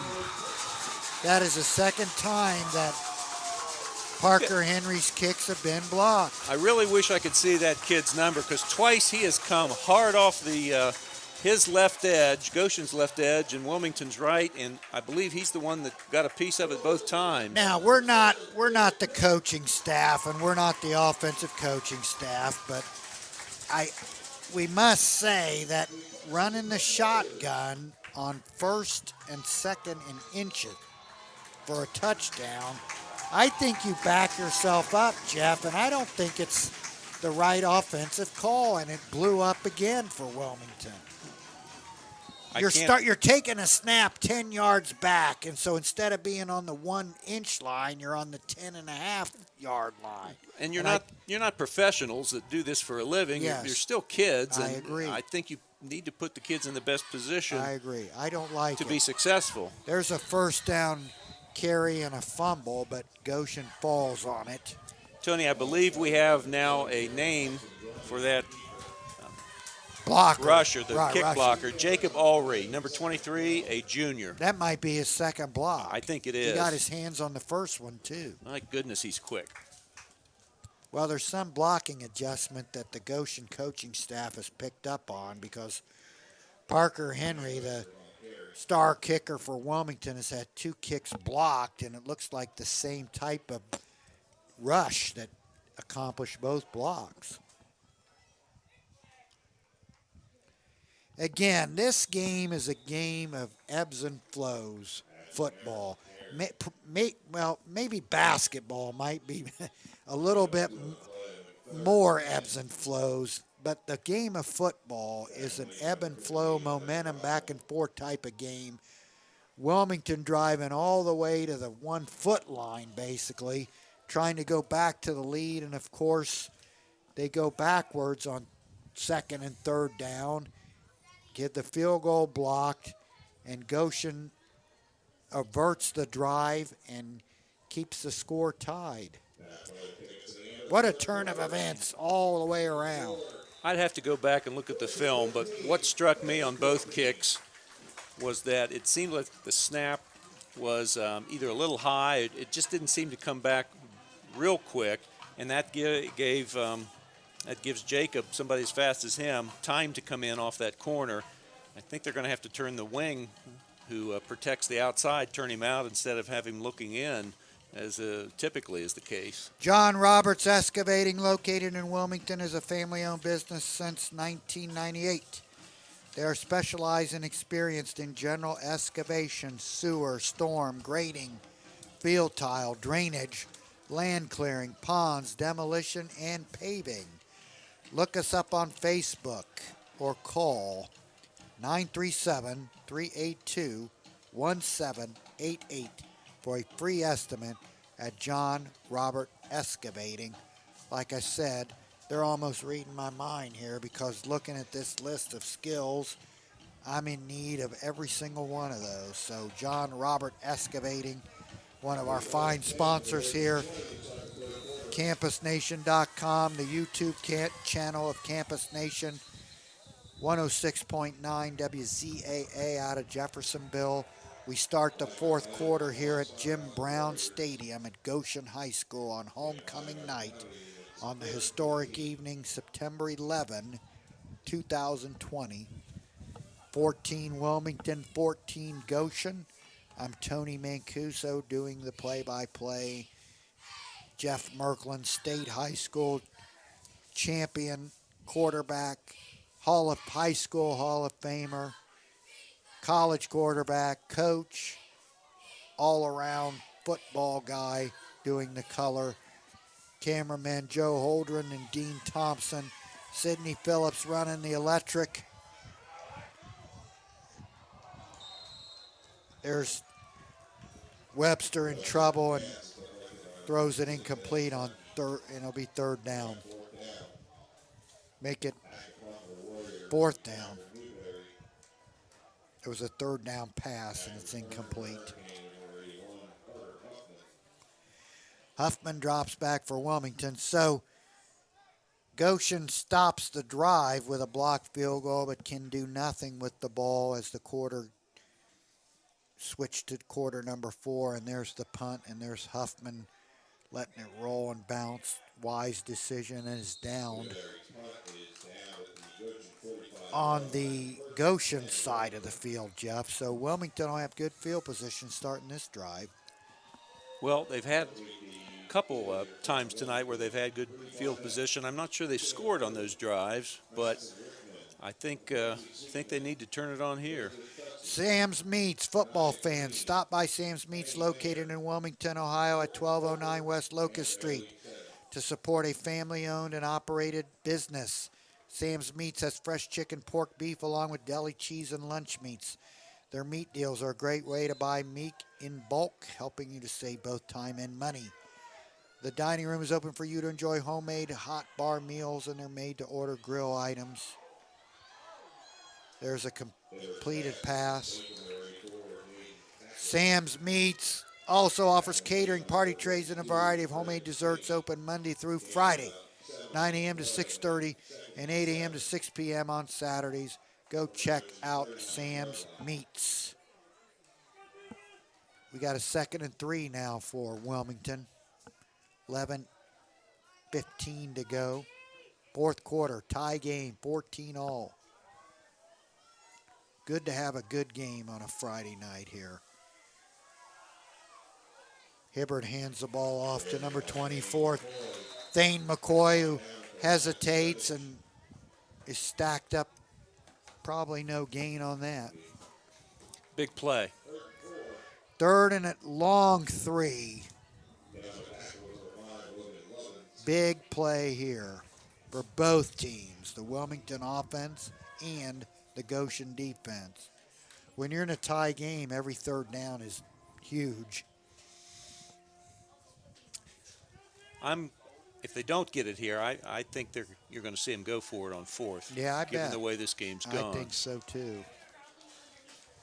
There's Hibbert, a handoff into the line, and the line breaks open. And number 24, Thane McCoy. It looked like the Red Sea, Jeff, just opening up.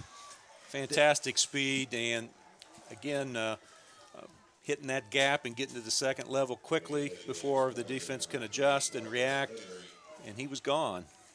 Big hole opened up. Thane McCoy hit it fast and hard and sprinted for the long touchdown for Wilmington. So a big dagger administered by Wilmington gets ahead 20-14, and the point after is good.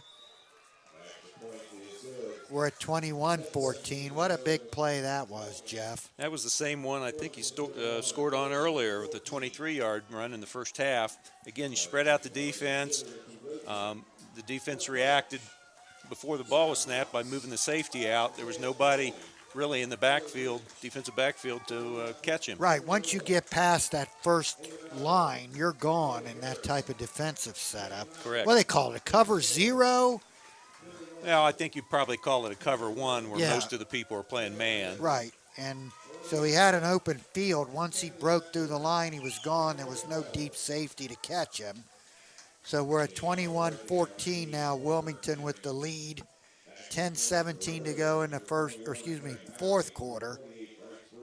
The cover zero was what the Bengals ran about 15 years ago in the defensive backfield when they covered nobody all year. Yeah, there we go. What was the Antonio Brown touchdown pass there? Well, I thought that was cover zero there, the last play of the game. That's correct. It got Terrell Austin fired, of course. Again, we have all these little tidbits that we noticed that probably 80% of our audience is saying, what the heck? Probably 99. 99%. That was a Bengal game, a team that was 2018. They were 5-1 and looking like they were a division title type team, led the Steelers with seconds to go, and the cover zero's called by Terrell Austin. And you say it's really cover one, but left the middle of the field open, and of course Ben knew exactly what the look was. Just tossed it out to Antonio Brown, and he ran about 70 yards with nobody even in the same picture screen. We were there watching it live, and we're thinking, well, there went that game. But that's the defense, right, where there's no deep safety. Well, if there's no safety, you can pretty much guarantee at the high school and You got to probably get the most colleges. sack, right? If you don't get the sack, you're done. And the last thing a defensive back is to do is let somebody get to his inside. Right.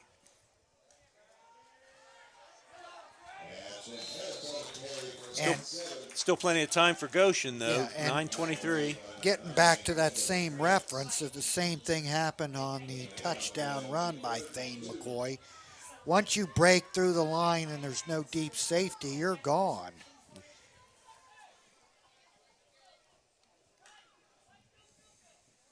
This is a big play here, 3rd and 2 for Goshen. Big call. I'm looking for the fullback. And you're right, and so was the Wilmington defense. So Jeff Merklin up here in the press box as a vaunted announcer for CampusNation.net called that play before it was developed. The high school Tony Romo. I was Tony. going to say, a la Tony Romo, who somehow knows the plays before they're called, which makes me suspicious that we're on a delay because he gets it right so many times. But that was it, and it's stuffed. So here's a 4th and 4, and they're going for it. And they run almost the same play, but the difference is that the running back He bounced it bounced outside. out. Yes, And he Ashton got it. Harris. Now he was stacked up. He was stopped, but he got out of there. He hit a big massive humanity, but instead of putting his head down and going forward, he bumped it outside and got the 4+. What a great second effort. Big play, and he made it. Nice running back. Yes. See, that time they fake out of that formation, Jeff. That's a classic wing T. Explain that one, because you had the same play almost, except it was a fake and a pitch. Well, you're just hoping that Wilmington bites on the middle of the line because you've been giving it successfully to the fullback, and so you bring the right wing or the strong side wing around in motion to the weak side, the short side of the field, stick it in the fullback's belly and pitch it. Right. And they're setting up that play by running the ones beforehand. Correct. There's another handoff into the line. He won't go down. A little rugby action out there. I tell you what, that fourth down run he made was one heck of a play because he was stacked up inside the Wilmington defense, and he just did that all on his own. Broke out and got the big first down. And here's a big play So for here we Goshen. go again, 3rd and 4. 56-34, Massey in the third. We hear from Sidney Phillips that the Clinton Massey Western Brown game is Clinton Massey 56. Western Brown scoring a lot of points, 34. That's a very good, very good night against any team, but much less Clinton Massey.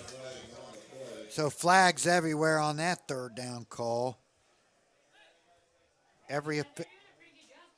I think every official threw a flag on that. Every single one. Okay, now wait a minute. We've had the officials say two different things. First of all, called a hold on Goshen, but then the crowd's saying, what? And then the official marks a face mask on Wilmington. Do we have offsetting penalties? Yes, we do. I didn't catch what. We got an offset. We have Goshen on a hold, Wilmington on a face mask. So what we do is pretend like nothing happened, and we move on. So just erase that because it's offsetting, and here we go. 3rd and 4 again. Webster, a handoff Fantastic into the play. line, and what a great defensive play. 59, Derek Purdue on the tackle, Jeff. I think that's who it was. Really, I think somebody missed an assignment because he came in untouched, and they ran a little counter action, faking one way and come back the other, and he wasn't fooled. This time they're in punt formation near midfield on 4th and 6. And they do kick it out of there.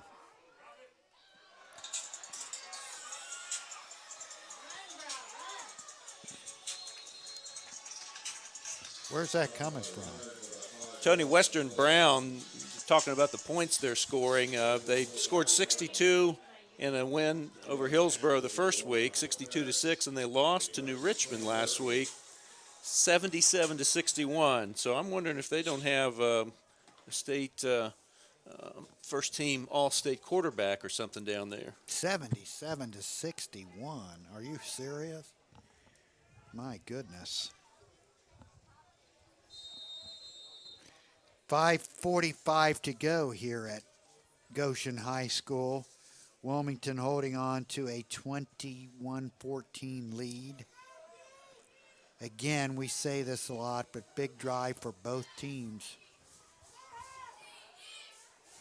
Hibbert still keeps the ball, fakes handoff into the line and runs it out to about the 27-yard line.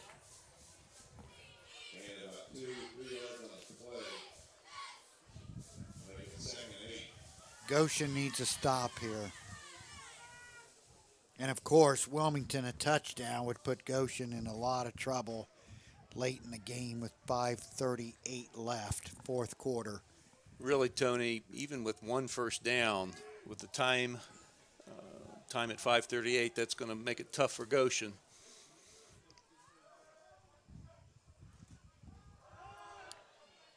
Hibbert gives the ball to Thane McCoy. This time he's stacked up. Here we go. Big, big, big third down. 3rd and 4. Ball spotted. Looks like a 31-yard line. It's 3rd and 4 for Wilmington. The Goshen defense needs a stop. The Wilmington offense needs a first down. Hibbert's back in shotgun formation and a bad snap. Luckily for the Wilmington Hurricane, Hibbert covers it up. Very good play. Just fall on the ball is what Yes. quarterbacks are taught. What could have been a disaster was saved by Hibbert. 3 and out for Goshen. That's a big defensive stand. Yes, it was. See what they come up with. 4:33 to go in the game. Plenty of time. It's turned into a great ball game, Tony. You don't see this too often. 2 returners back for Goshen.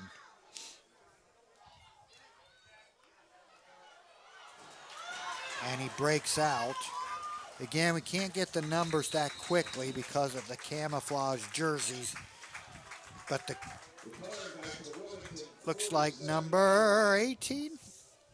I think so, yes. Yeah, Joe Alvarado makes the catch and return. It's inside the Wilmington side of the field on about the 45-yard line. Big drive here. That was an excellent return. He had to run up and make the catch about knee-high, and then he broke the first wave, and I thought he might break it, but he still got 5 to 6. Good field position. 1st and 10 from the 45. There's an inside handoff again to Ashton Harris. That's your fullback trap out of the wing tee. Bowls down to the 40. This is the drive, Goshen. You're either tying the game on this drive or you're not. And that's where we are here. 2nd and 5. There goes another inside handoff. It's an interesting look. Tell us what you see, Jeff. Well, where I'm from, Marysville, that high school for the past 2-3 years, since that coach has come in, has run the wing tee. And youth football, where I've coached for 19 years up there, they asked us to install at least the basics. So what you're seeing there, that's kind of a counter. Basic wing tee football. Typically you see teams that may not have the greatest talent in the world use it because it attacks defenses in so many different directions. That time Webster out of the same formation is basically stacked up for little or no gain.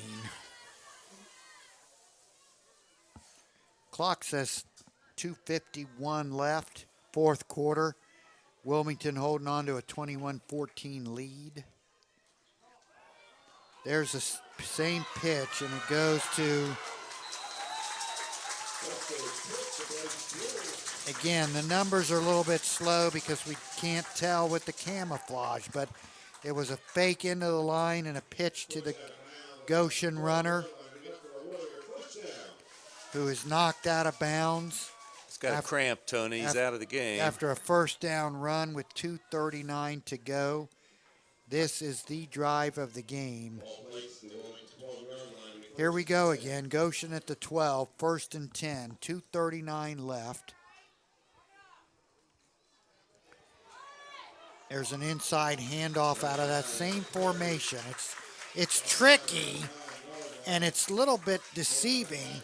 Yeah, the deceit in that play, and I don't remember what you call it, Toronto or something like that, but what you have is a wingback going in motion. The left wingback goes to the right and then stops and leads the running back who's coming back, the wingback from the right, through the hole. It's effective. Very effective. Very well blocked. Yes, and Wilmington's having trouble diagnosing where the balls are going. That time Webster with a fake to the running back out of that formation and his keeper to the right. He's knocked out of bounds, looks like at about the 7-yard line. Yeah, that play is again Nifty. showing the same Nifty same play, action, but yes. the quarterback Kept it. keeps it.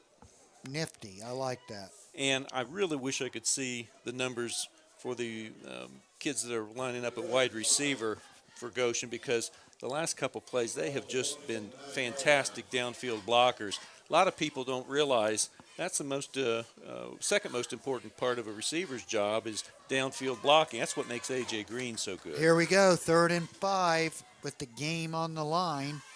Webster pitch out, and the ball is muffed and out of bounds. Oh, no.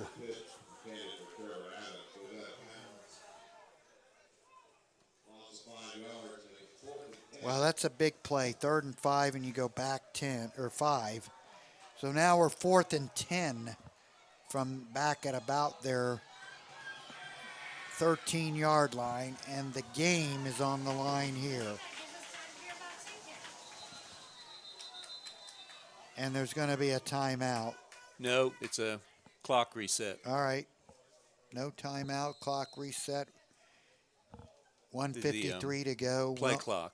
Wilmington holding on to a 21-14 lead. 4th and 10 from the 13-yard line. And Think you're going to see a rollout pass to the left, Tony. yeah, this could be ball game here. And there are timeouts, and Goshen calls the timeout.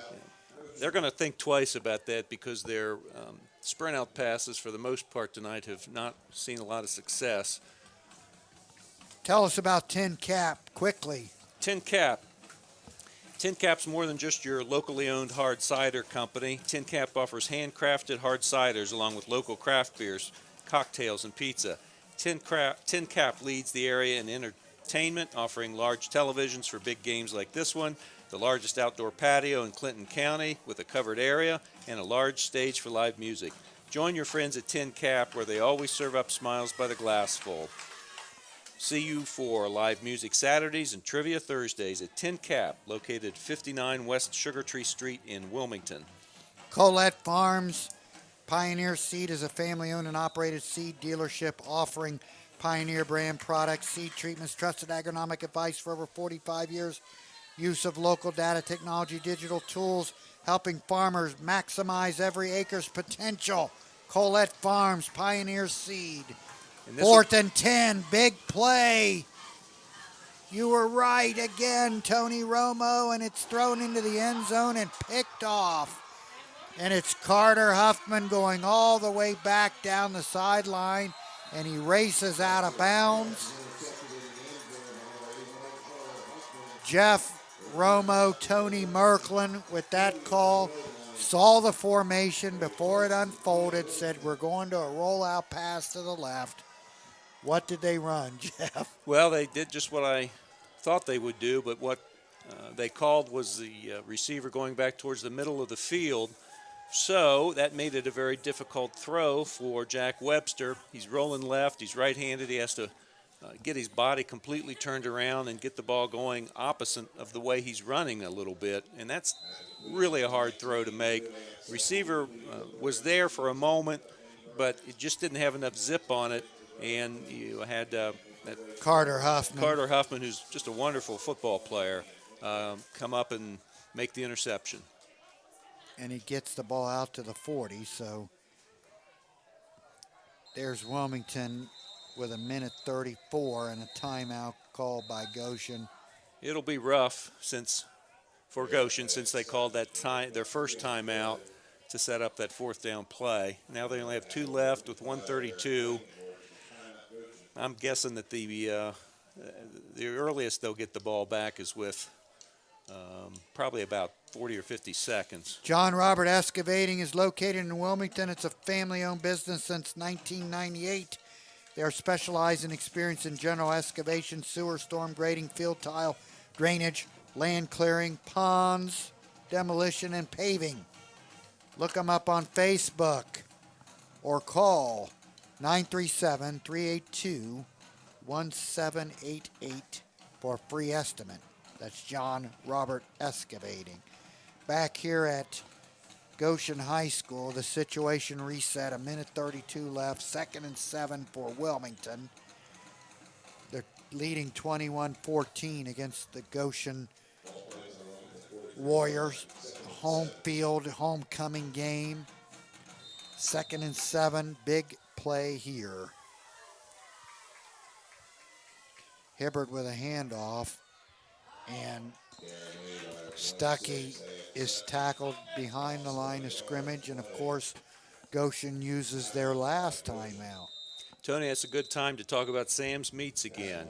Football fans, stop by Sam's Meats located in Wilmington at 1209 West Locust Street to support a locally owned and operated business. Sam's Meats has fresh chicken, pork, and beef, along with deli cheese and lunch meats. Their meat deals are a great way to buy meat in bulk, helping to save you both time and money. The dining room is open for you to enjoy homemade hot bar meals and their made-to-order grill menu. Sam's Meats also offers catering, party trays, and a variety of homemade desserts, open Monday through Friday, 9 to 6:30, and on Saturdays, 8 to 6. Check out Sam's Meats. Okay, 1:25 left. It's 3rd and 7.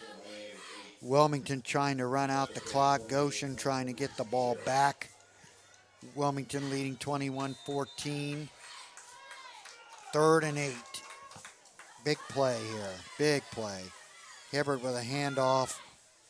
Stuckey is stacked up about the line of scrimmage. Didn't make much, but now the clock's running. And they're going to get it down to about 40 seconds. Yeah, and Wilmington's letting it run, of course. Goshen can't stop it. They'll probably wait to the last second and then call timeout so they can milk everything they can out of it. We're under a minute as the clock's running. 4th down, a clear punting situation. While this is going on, Tony, I want you to know that Tin Cap is more than just your locally owned hard cider company. Tin Cap offers handcrafted hard ciders along with local craft beers, cocktails, and pizza. Tin Cap leads the area in entertainment, offering large televisions for big games like this one, the largest outdoor patio in Clinton County with a covered area and a large stage for live music. Join your friends at Tin Cap, where they always serve up smiles by the glassful. See you for live music Saturdays, trivia Thursdays at Tin Cap, which is located at 59 West Sugar Tree Street in Wilmington. Here's the reset of what we got here at Jim Brown Stadium. Goshen High School homecoming night, 19th anniversary of September 11, 9/11. 4th and 7 for Wilmington. The clock stopped as you predicted with the Wilmington timeout before the delay game. So we're 4th and 7 with 39 ticks to go.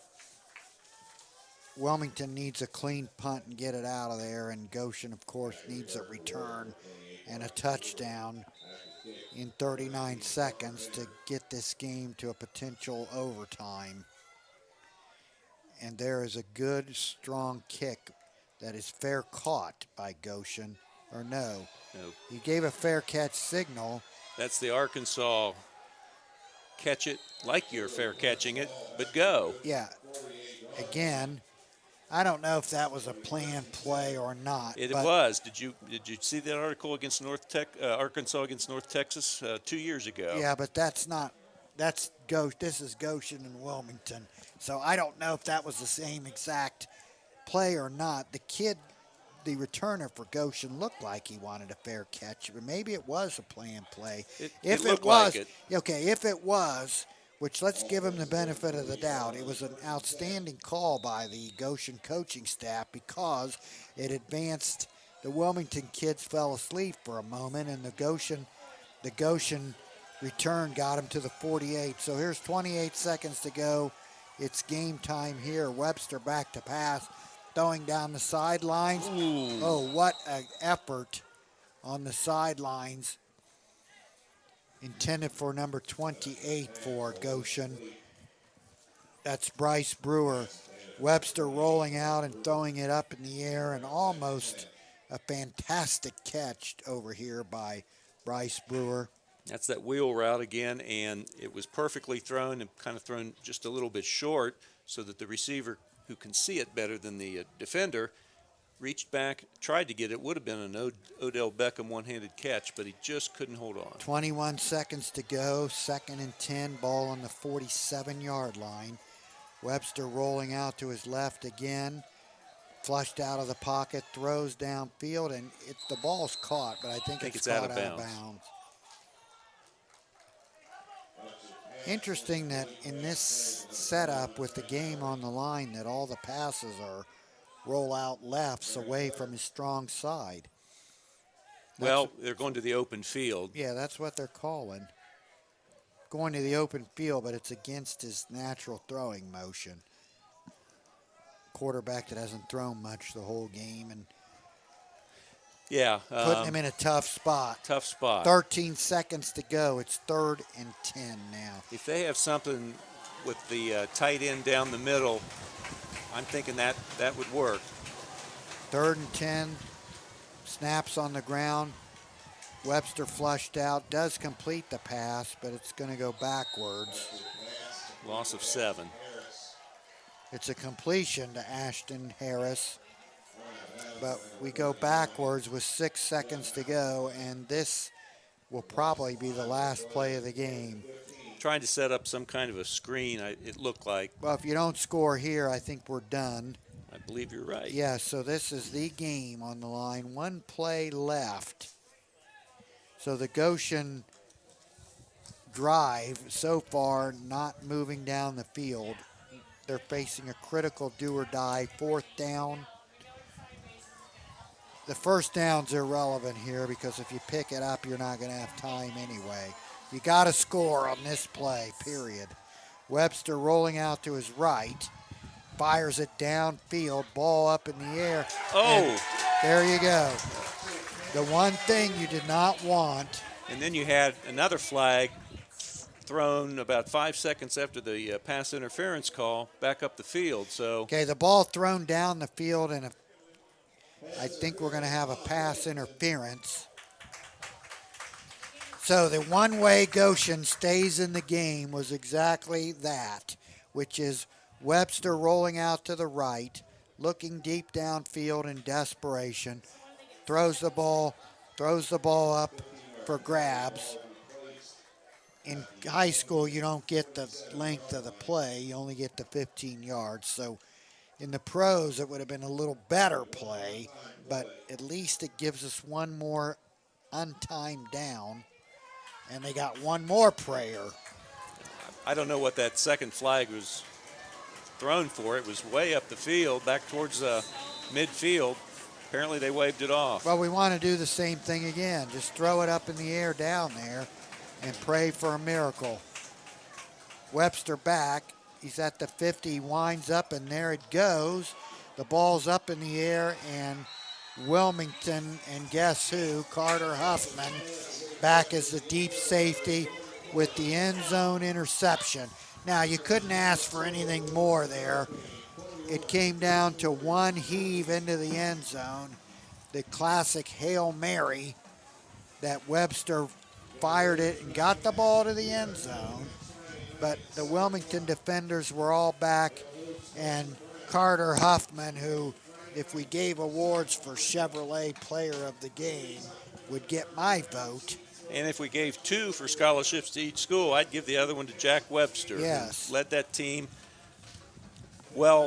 back into the game with his 50-yard touchdown run, good leadership, and on that last ball, Tony, I think that went about 58 yards in the air. End zone. He got it there. Now, to recap the situation, Goshen on the play before had no chance of extending the game unless there would have been an interference, which of course there was. And Goshen got another untimed down where they had one last Hail Mary attempt into the end zone. Webster did get the ball to the end zone, even though the Wilmington defenders were pretty much back. And, of course, big interception by Carter Huffman, who had a great night tonight. Tell us about Colette Farms, Jeff. Colette Farms Pioneer Seed is a family-owned and operated seed dealership offering Pioneer brand products, seed treatments, and trusted agronomic advice for over 45 years. With the use of local data, technology, and digital tools, we help farmers maximize every acre's potential. Count on us to be there throughout the season, working directly with you. Collette Farms Pioneer Seed. Farmers just like you. And John Robert Excavating. We want to hear from them before we sign off. They're John Roberts Yeah, go Excavating, ahead. Tony, located in Wilmington, is a family-owned business since 1998. They are specialized and experienced in general excavation, sewer, storm, grading, field tile, drainage, land clearing, pond, demolition, and paving. Look John Roberts Excavating up on Facebook or call 937-382-1788. That's 937-382-1788 for a free estimate. Well, here we are Friday night under the lights at Goshen High School, Jim Brown Stadium. Different Jim Brown, but it's still Jim Brown Stadium. The teacher, Jim Brown, who added a lot to the Goshen community, gets the stadium named after him. Wilmington, the visiting team, the Wilmington Hurricane 21, Goshen Warrior 14, and a great ball game. Jeff, a quick summary of what you saw tonight. This was a very fun game to do. Two teams that we had almost two different ball games, which was a credit to Goshen. And then Wilmington at the end of in the fourth quarter was able to reverse the momentum again and take back the lead and win the game. So this was really a well-played game. I don't remember, I think we had one interception other than the one in the end zone. Very well done by both teams. CampusNation.com is where you pick up high school football. The last score we heard for Clinton Massey was on the other side of the network. Clinton Massey 71, Western Brown 40, 71 by Clinton Massey. Not a bad offensive night. Here at Goshen High School, CampusNation.com, 106.9 WZAA, Jeffersonville Radio, the sister station. You can catch CampusNation.com on the YouTube channel. This game will be available on replay as many times as you want to watch it. Next week, we're told we'll be back at Wilmington High School for the Wilmington High School's return home. They go to 2-0 with a win here tonight over Goshen. Final score from Goshen High School on homecoming night, 9/11/2020. It's Wilmington 21, Goshen 14. Good night, everybody. I'm Tony Mancuso. For Jeff Merklin, Joe Holdren on the press box camera, Dean Thompson on the end zone camera, Sidney Phillips running the electricity, got us up and on the air and will get us up and on the podcast replays. We're signing off here from Jim Brown Stadium. Final score, Wilmington 21, Goshen 14. We'll see you next week.